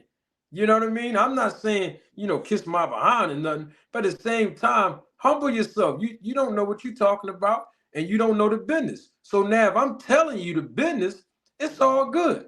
My character speaks, for itself. The Speaks guy, volumes. It speaks my volumes my because my character speaks for itself. I mean, I'm gonna put it like this, man. This you're gonna always have trolls. Yeah. We're always gonna have people that will come back later and say, hey, you know what, I didn't know this and that, or woo, woo. And we are people, you know what I'm saying? Yeah. And I'm an older guy, believe it or not. And when I was younger, I had some very bad character deficiencies. Let's just say there was a lot of weaknesses in my character. You know what Yeah. I'm saying? And I wish I was around people like you and other people when I was growing up, so I could be quiet until I knew the facts, or I could say certain things that I only knew, or certain things that I felt, and just say, this is how I feel. Anybody can say whatever they want, but just say it. This is how I feel, or this is what I saw, or this is what I got from that. Somehow, some way or another, people they just dealing with their emotions. They so mad. They this and that. They don't know how to say, well, this is this is how I feel. It may not be the truth, or it may and the reason why I say that, Marty, is because it is. Man, people can say whatever they want, but the truth is something that will never die. It may not come out for years later, but the truth is something that will never die. You know what I'm saying? And sometimes you will live a whole life listening and learning certain things just to find out way many years later, just to find out you was told a lie. But you know why you found out it was a lie? Because the truth didn't die. Mm-hmm. Yes, sir. And a lot of these cats, people are a certain way and caught up into certain things. And the most important thing, they don't want to be caught up into feeling like, oh, they were wrong about something. That's a part of life. So, man, you got people, you don't believe you, man. I got a friend, man. He got blamed for something when he was young that his brother did. And it ruined his life. It ruined his Mm. life because he felt as though nobody messed with him. Nobody rocked with him. Even though a lot of people knew it wasn't even him that was the problem with the situation. It ruined him. But all he needed was somebody to say, "Hey, look here, that happens to everybody. Everybody gets accused for something they didn't do, and everybody gets credit for something they did do." Yep. Yep. And what Troy keeps trying to say in the chat is, I'm not a stand-up guy because I won't let him back up here. No, you did something, Troy, that you're not acknowledging. So it's not that I'm talking at you. You said talk to you. I'm talking to you now. But when you was up here, I was trying to talk to you and you were gaslighting me. See, you don't understand about people who have triggers. You were gaslighting me. I asked you a question, and instead of you answering, you asked me a question. When I asked you, how did we get here? Because we went way past, the topic that we were supposed to be discussing because you brought up different things. So I said, well, how did we get here? Oh, I don't even remember. You tell me. I said, I'm asking you so that we can get back to the basis of how we got here so we can resolve it and move on. And you said to me, well, I always do that. But the problem with Troy is he know he a strong dude, but he don't want to admit that there's other strong dudes in the building. He wanted to deflect in a way where it's to make you look like you are weak. But all you doing is becoming stronger because all you have is facts. Just because you could becoming strong doesn't mean that Troy is being weaker. He just has to he has to just fess up to it. I was wrong. Woo, woo, woo. I've learned a lot of things from not just you, but other people on the panel on this channel. And I'm like, Yep. oh yeah, so what? Is that for real? This cat that said some things out the box. Nah, that's some crap. But at the end of the day, I was like, did my research and even came back sometimes to say I didn't and go back. Hey, somebody put this out there, and I didn't know that. You know what I'm saying? Yeah. I only want to deal with the facts. So even if I'm wrong about something and Yeah. whatever, and even like you, Mark, there's a lot of things that I came with you about. You had to straighten me out. He's like, nah, Joe. This is what happened. This is this, and you laid the foundation step by step. And I was like, oh, and it wasn't the thing where I say, well, every time Marty say something, it's gonna be right. I was like, oh, well, if he's gonna say something, he already took the time to display what it was, so I won't be wrong again when it Yes. comes to not just you, but other people. Just these are certain things you look for, different things. You know what I'm saying? And you weren't trying to make it seem like you was always right or woo woo woo. You was just trying to say, "I'm gonna help you, Joe. Yep. Yep. I'm gonna help you. This is how I'm gonna help you. I'm gonna give you this, give you." And I was like, oh yeah, Asante L, help me. 2 cents, help me. You know what I'm saying? There's an age help. There's a lot of cats always helping me, and I have my own opinion about certain things and Yeah. things that I come to conclusions based on facts too. But I'm not gonna deny somebody because I say, oh, because I don't rock with you. That means, or your opinion about something in the past means that everything you say in the future is a lie. Mm. Mm-hmm.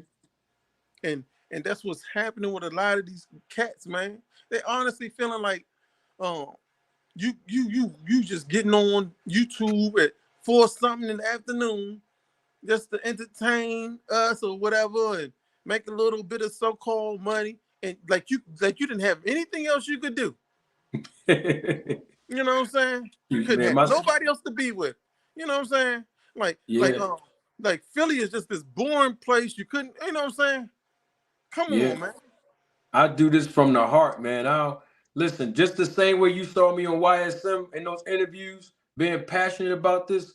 That's why people was like, man, maybe you should get your own YouTube channel to help the people understand. And I was like, well, I always like people call me all the time, to help them and their whether it be a boxer or just a friend of mine or somebody that need help understanding the business. And I just tell them, I just tell them. So I said, you know what? I'm gonna get a YouTube channel. I want to make it entertaining because I don't want to have to sit here for like a whole hour and give a lecture. You know what I mean? Nobody want to sit through that. We have short attention spans. I like to have entertainment. That's why I do facial expressions. I look down, I sniff, I ask questions, I do all that. That's all entertainment, man, to get the people to say, "Oh, this is fun." You know what I mean? And You guess know? what? Most of us appreciate it. I know I appreciate it, especially when you be going hard sometimes saying certain things and you hitting on to certain things, and it's like, I'm not gonna tell the whole thing, but I'm Yeah, gonna I give can't you tell you. 75% of something, and you're gonna fill in the other 25 when I get off the channel.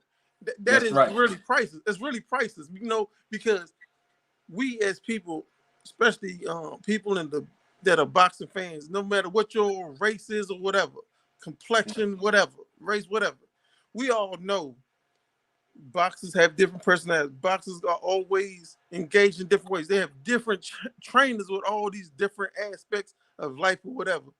And then you have somebody that's on the YouTube channel that's just keeping it a certain way, keeping it real, with a smile on his face, and Oh always be yeah, like, "Hey, I got y'all. I ain't got. I got I'm y'all. okay. I'm Listen, okay, but I got y'all." and guess what? We know that it's true when you got eyes looking at this channel that's really surprising all of us. Well, You know, Conte, man, Conte. I tell people all the time, Conte, he is, in my opinion, he is a person who he understands without a shadow of a doubt. After that little documentary on you on Netflix. Netflix, he understood. He understood that the whole world ain't on him. The whole world ain't on him. But the feds is on him. The feds is on him hard. Yeah. And he could fool the majority of boxing fans. He can fool a lot of people, but he can't fool the feds. That would have never been that Netflix documentary would have never been aired if the feds was like, you know what, um, they had to be complicit. Like, we're gonna let him know that we looking at him, because had the feds been really, really quiet back then before that whole scandal with Barry Bonds and all them, he'd have stayed in jail for at least 20, 30 years. But they like, look at here. We got you. You in the he in the corner now. He really in the corner because the only place he's working is in boxing.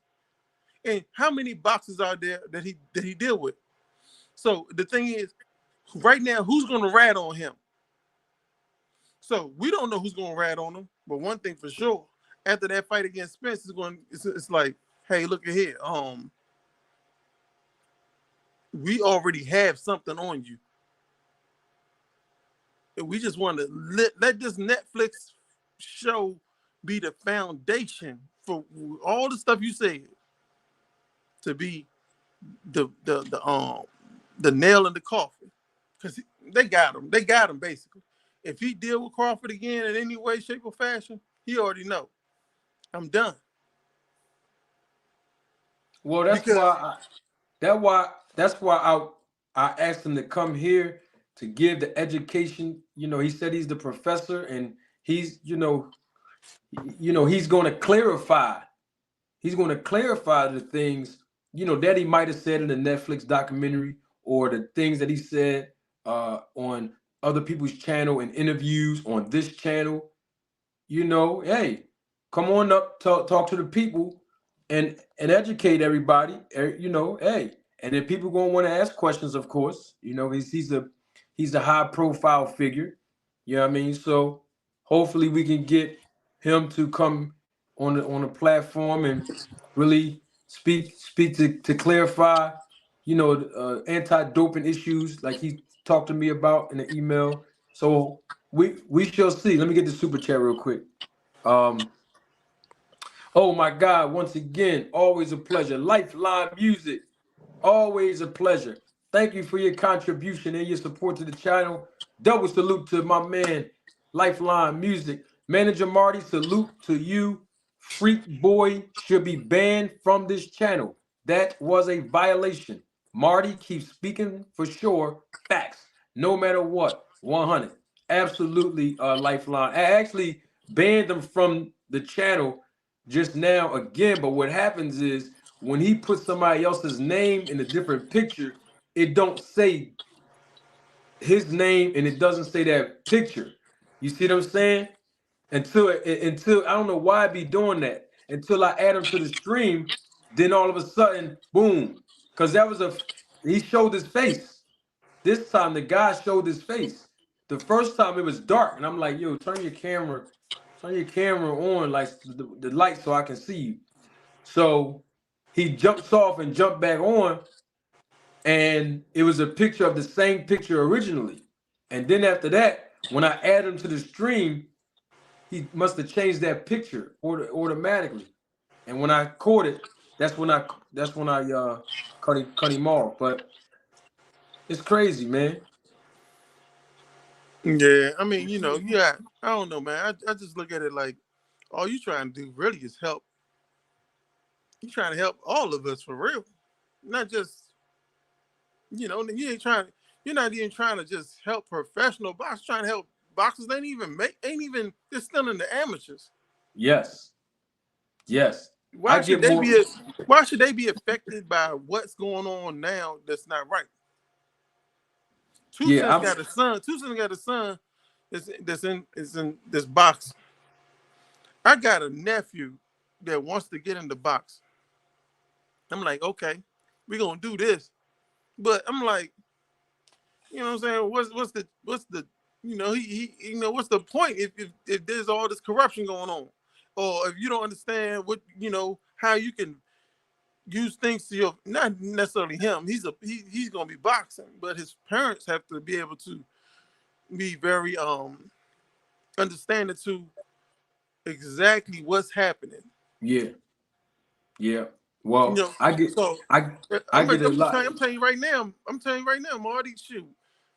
I'm quite sure he's gonna be nice, but I'm gonna need you. I'm gonna need you.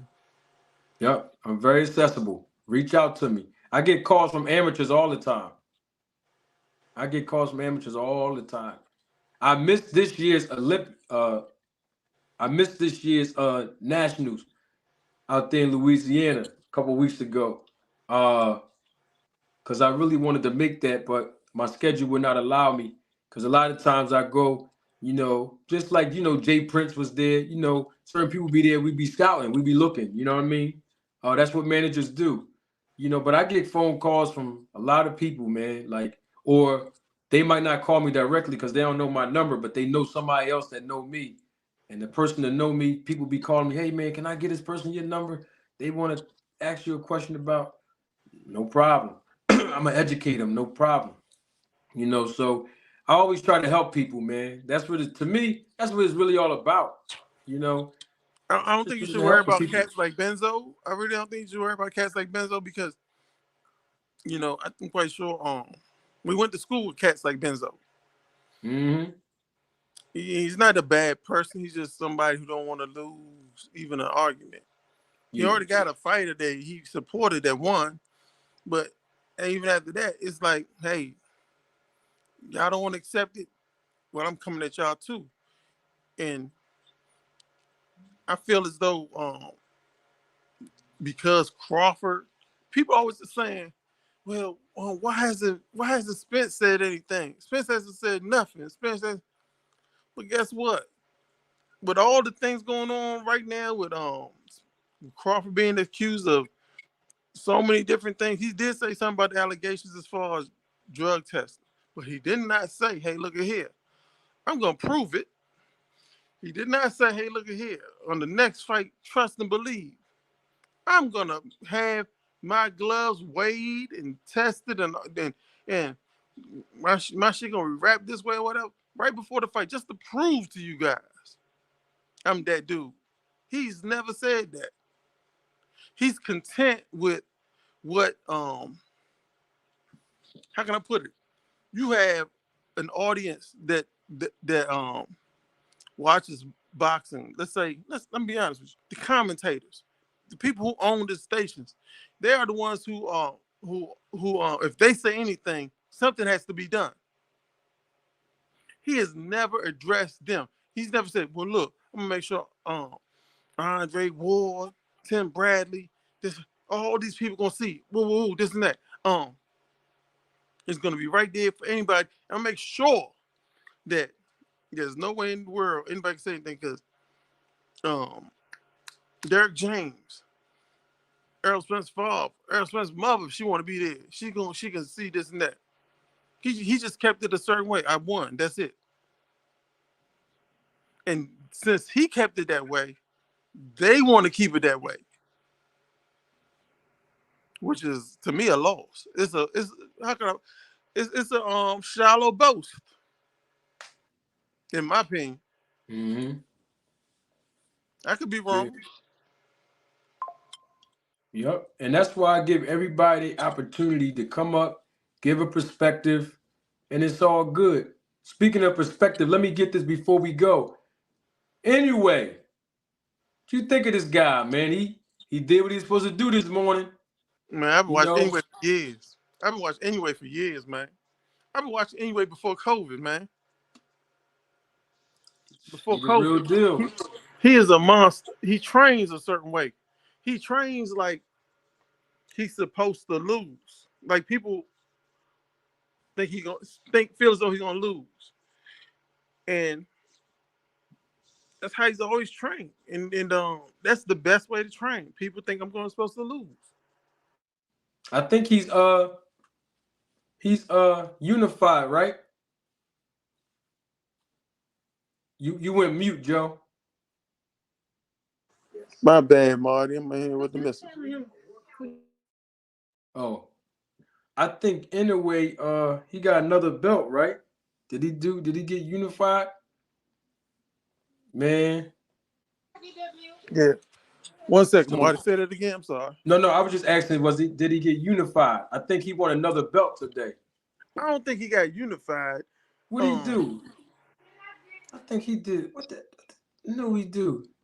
1 second, Marty. 1 second. Like my wife is in here. She a certain way. 1 second. Okay. I think he got unified. Yup. Yup. He sure did. He got another belt. Yup, that's him. Yup. Undisputed. He undisputed. Undisputed. Undisputed. Yup, I see you, Mini Face Publishing.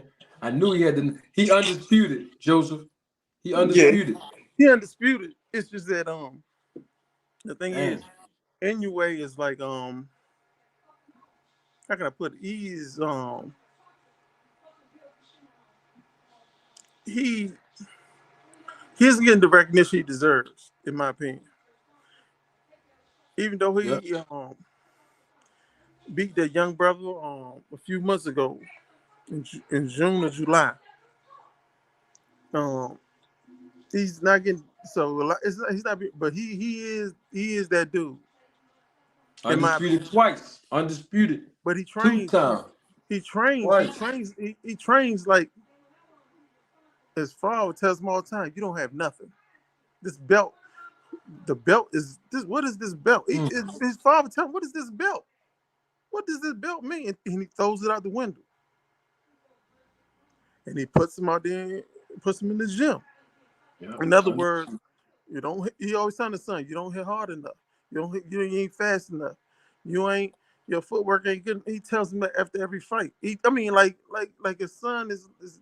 He only told his son it was good one time. One time on. That's when his son beat somebody that was agitating him. But all those other fights, he's like, you ain't done nothing. He tells him Mayweather will crush you. I ain't gonna front though. I see what's going on. I was literally about to say this, and then AJ64. I was waiting for you to finish your thought. I do want to see him fight in America. Now that he's got the name, he's got the belts, he got the buzz, he got the skills. Now it's time for him to come on over here. You know, not saying he ain't gonna do good, but I would want him to be exposed to the American public, you know, to see where his skill set is. Because if you go over there, you got to be accustomed to their time schedule, the way, you know, the food over there and different things, their language, just like he would have to do if he come to America. So sometimes, you know, you got to make the necessary adjustments psychologically, you know, of course, you know, all that play a part in it. So, you know, I'm not sure if he'll be able to wear those same gloves, you know, because he like to wear those the Winnick gloves. He definitely like them. He Yep, can come he here, you does. know, he like them Winnick gloves. He definitely play with them joints. And like I said, I want to see how he performs under the lights here in America, I would expose him, too. you know, huh? Marty, you very astute on a lot of things, man. You didn't thank you for not even wasting time on that because he has a camp that has gotten him used to that. So I'm always like, um, you got to get your fighter used to saying, you know what, I'm gonna fight with these gloves, that glove, those gloves, whatever. Success isn't always about you winning. You winning, period. It's about you fighting hard. The loss is one thing, but hey, you want to see your fighter say, you know what, I didn't have this night, and I still did it, and I'm going to keep doing it. Just Yeah. you can put me in you can give me any glove, and I'm going to do it. You can put me you can have me wrap my hands anywhere, I'm gonna do it. You can have me in any country, and I'm gonna do it. So Yep. you're right, That's right. you're right. Yeah. Bring him Uh, over here. Now I'm not saying he can't win them win eggs. I'm not oh, he a saying monster. that. You know, because he can rumble. I'm not saying that he can't wear them gloves, but see, he's going to be, you know, we're going to make sure your raps is on point, United States of America rules style. Because y'all do a lot of things different over in Japan rules. You know what I mean? So we're going to have you come That over here. he wraps his tapes. He wraps his tapes from the put the tapes on his hands from the knuckles down, almost down to the forearm, almost Yeah. down to the So, forearm. The yeah. wrist part is enough because then when you make impact, nothing moves. But Yeah. you gonna put that joint down almost halfway down the forearm, like where the gloves is going to be. I guess there's a certain level of comfort level is going to be there. But Yeah. I mean, listen, I know they're going to, you know, make sure the rules are intact because I'm not saying he's doing nothing wrong. He's undisputed. He made history in boxing in that division, so he definitely get all the credit. I just want to see how he adapt when he got to come to somebody else's hometown and country. You know what I mean? Just like the fighters I got don't to go over there. I You don't know? think that's going to be the issue. I don't think that's going to be the issue with him. Oh, that's what I'm saying. That's what I. But That's it's a few things you said before. It's a few things you said before though. Before that, it's like it's a combination of a lot of things. Like, um, you've been watching these cats from the United States, Europe, and all these places, and they didn't have the comfort zone that you had, and yeah, everybody's coming to you. He only been to the United States one time. That was during COVID, and it was a good showing. He did his thing, but it wasn't like he was against somebody that yeah, looked at That's him and why I was was. like, "I got Yeah, you. You think you and you what? You think you the monster? And I'm gonna show you the monster tonight." He never fought nobody that had that attitude. yeah, yeah. I just want to see him perform, in different areas so he can get exposed to get the money and the exposure because he got the belts now. I mean, nobody can beat him right now. He's thorough like that. He got skills for real, for real. I'm He's in trying to tip tell top you. shape. Inoue can rumble though. I He got to doesn't. give him I credit. told you his father. Right. His father doesn't credit him for nothing. He's up. It's not that his father don't mess with him, but after the fights, maybe between fights he says something, but he really doesn't credit him. His father's like, you ain't did nothing. He did something. So when he does get in that ring, he's when he spars, when he does a whole bunch of different things, he's Hmm. he's really he's really he's really tackling. Not I used to say demons.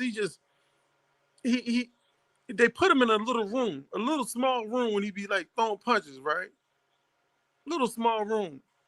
So all his punches gonna be straight, sharp, and short. His elbows aren't gonna be going out. None of that. Yeah. So it's real good conditioning for throwing punches.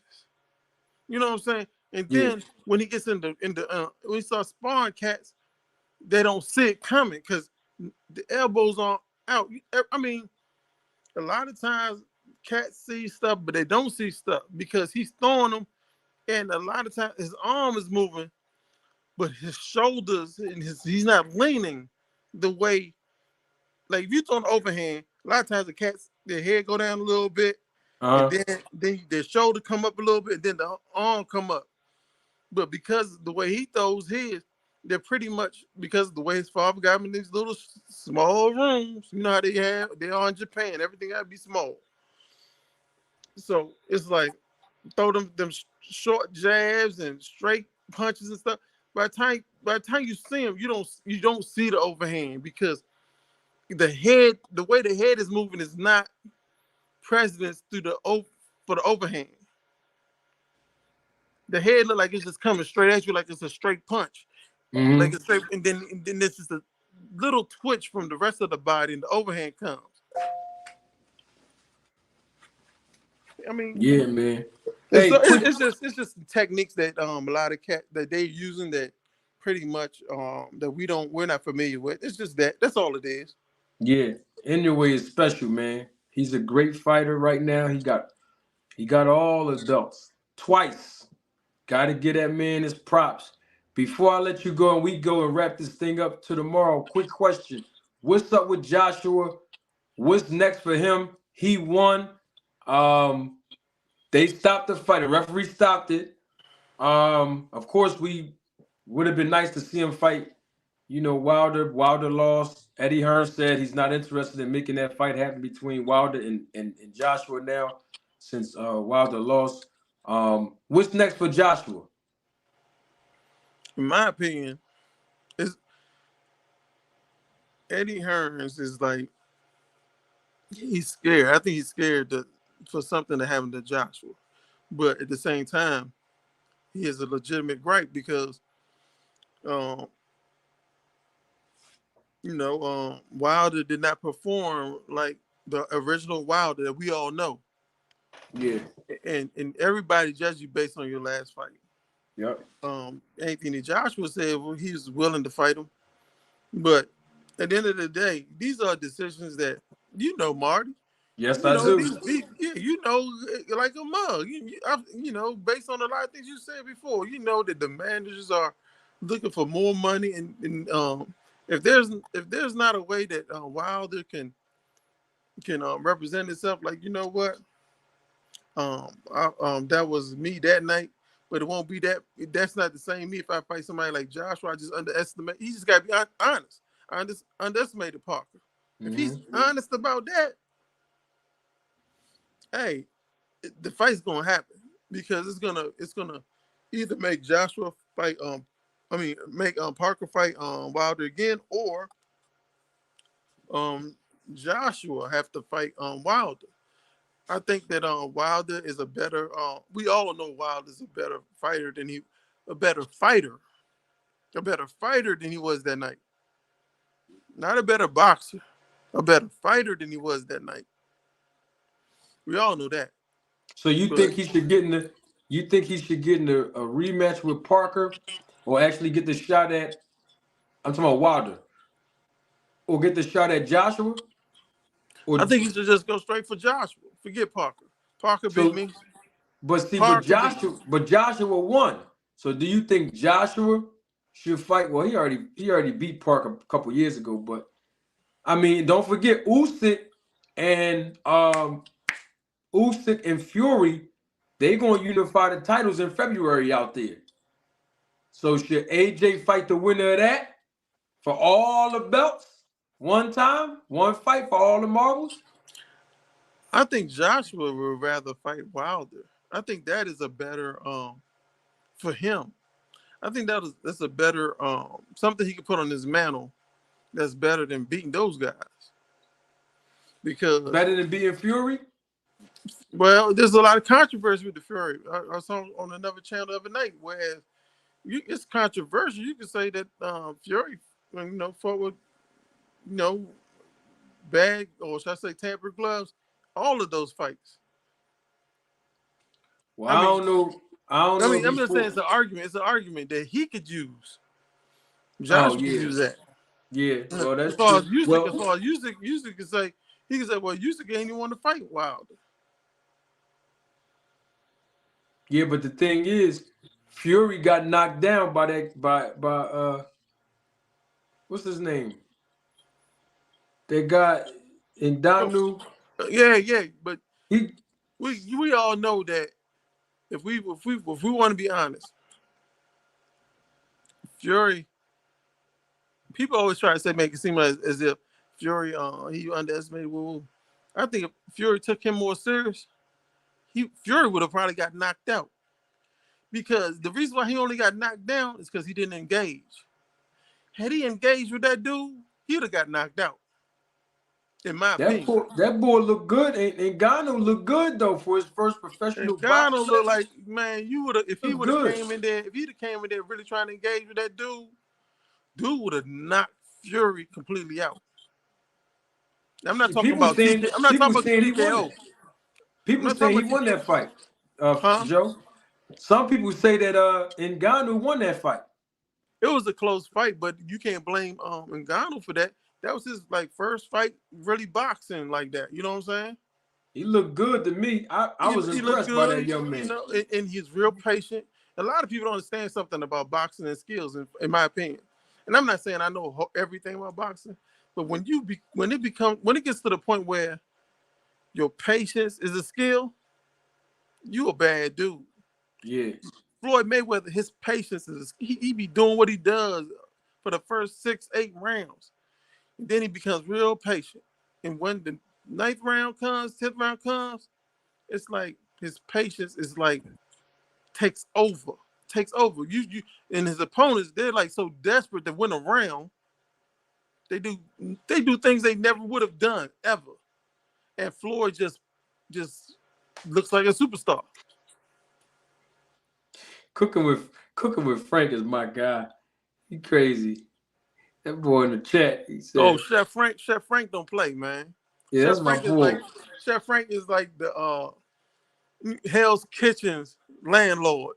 Yeah, that's my man. He said Fury shaped like a melting ice cream cone. Like, who thinks of that but Frank, man? Who thinks of this stuff but him, man? Oh man. That's my boy though, man. He be cooking, man. But the thing is, man, hopefully,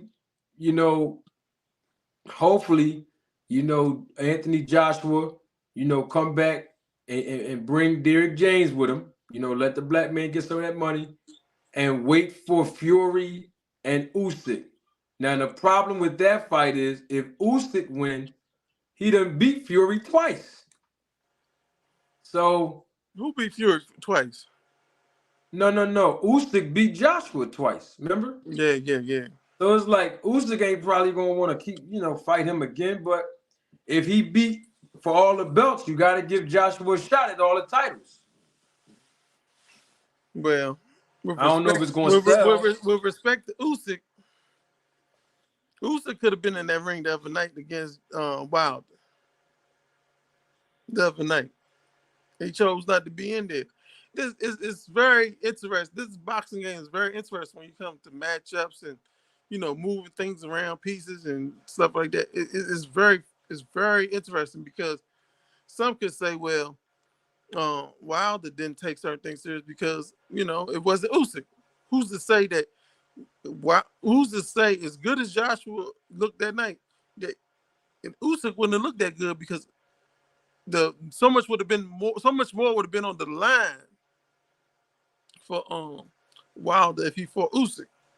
You know what I'm saying?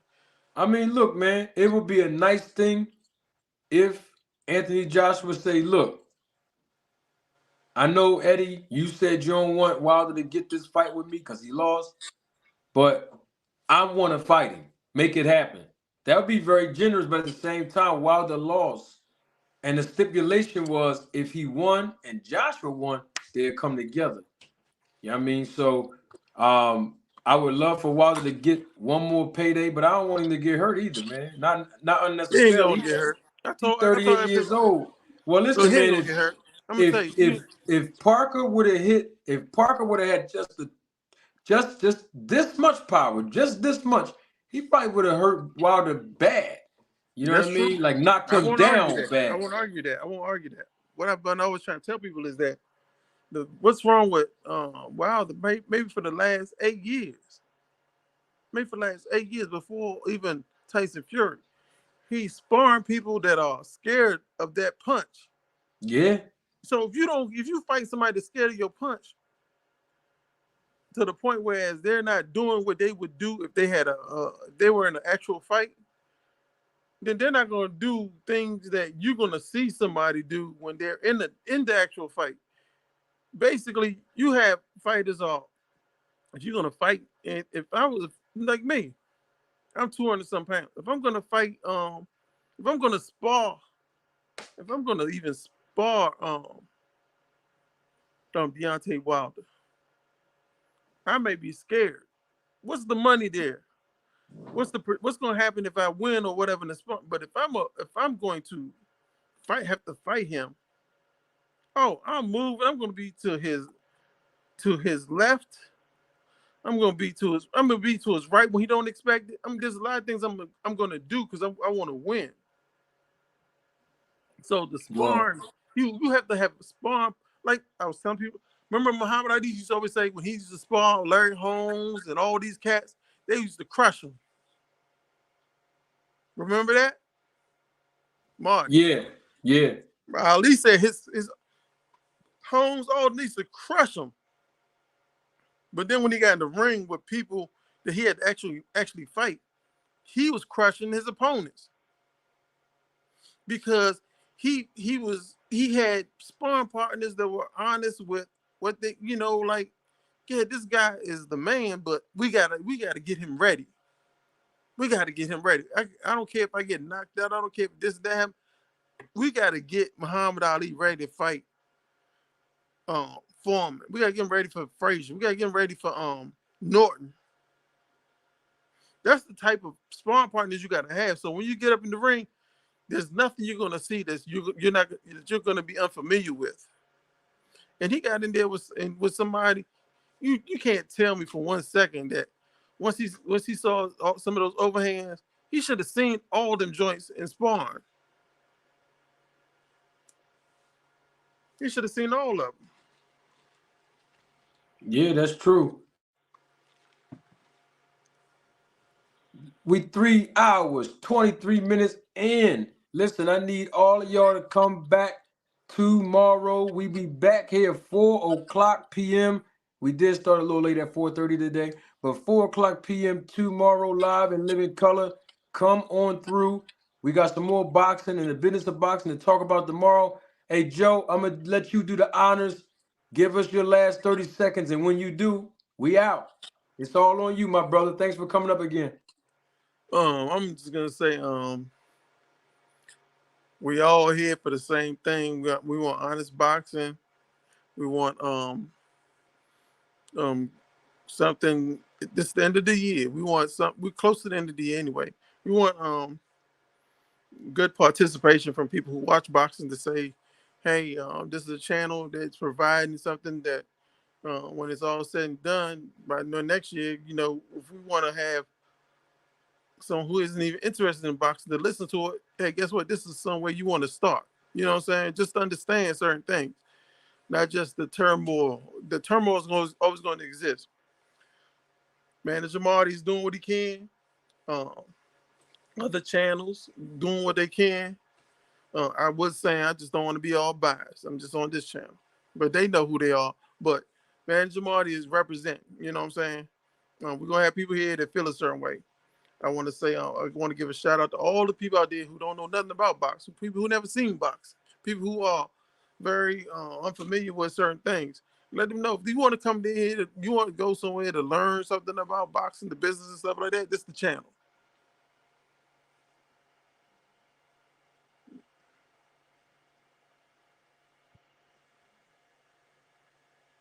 You got me, Marty? All right, y'all heard him live and living color. We're going to come back on live and living color tomorrow, 4 o'clock. You know I got to leave the same way I came with the hottest intro on YouTube. Thanks, Joe. Appreciate you, my brother. Got to go. All right, brother. Stay tough. Representing the business of boxing, ladies and gentlemen, let's hear it for Manager Marty. Thank you. You're far too kind. Thank you very much.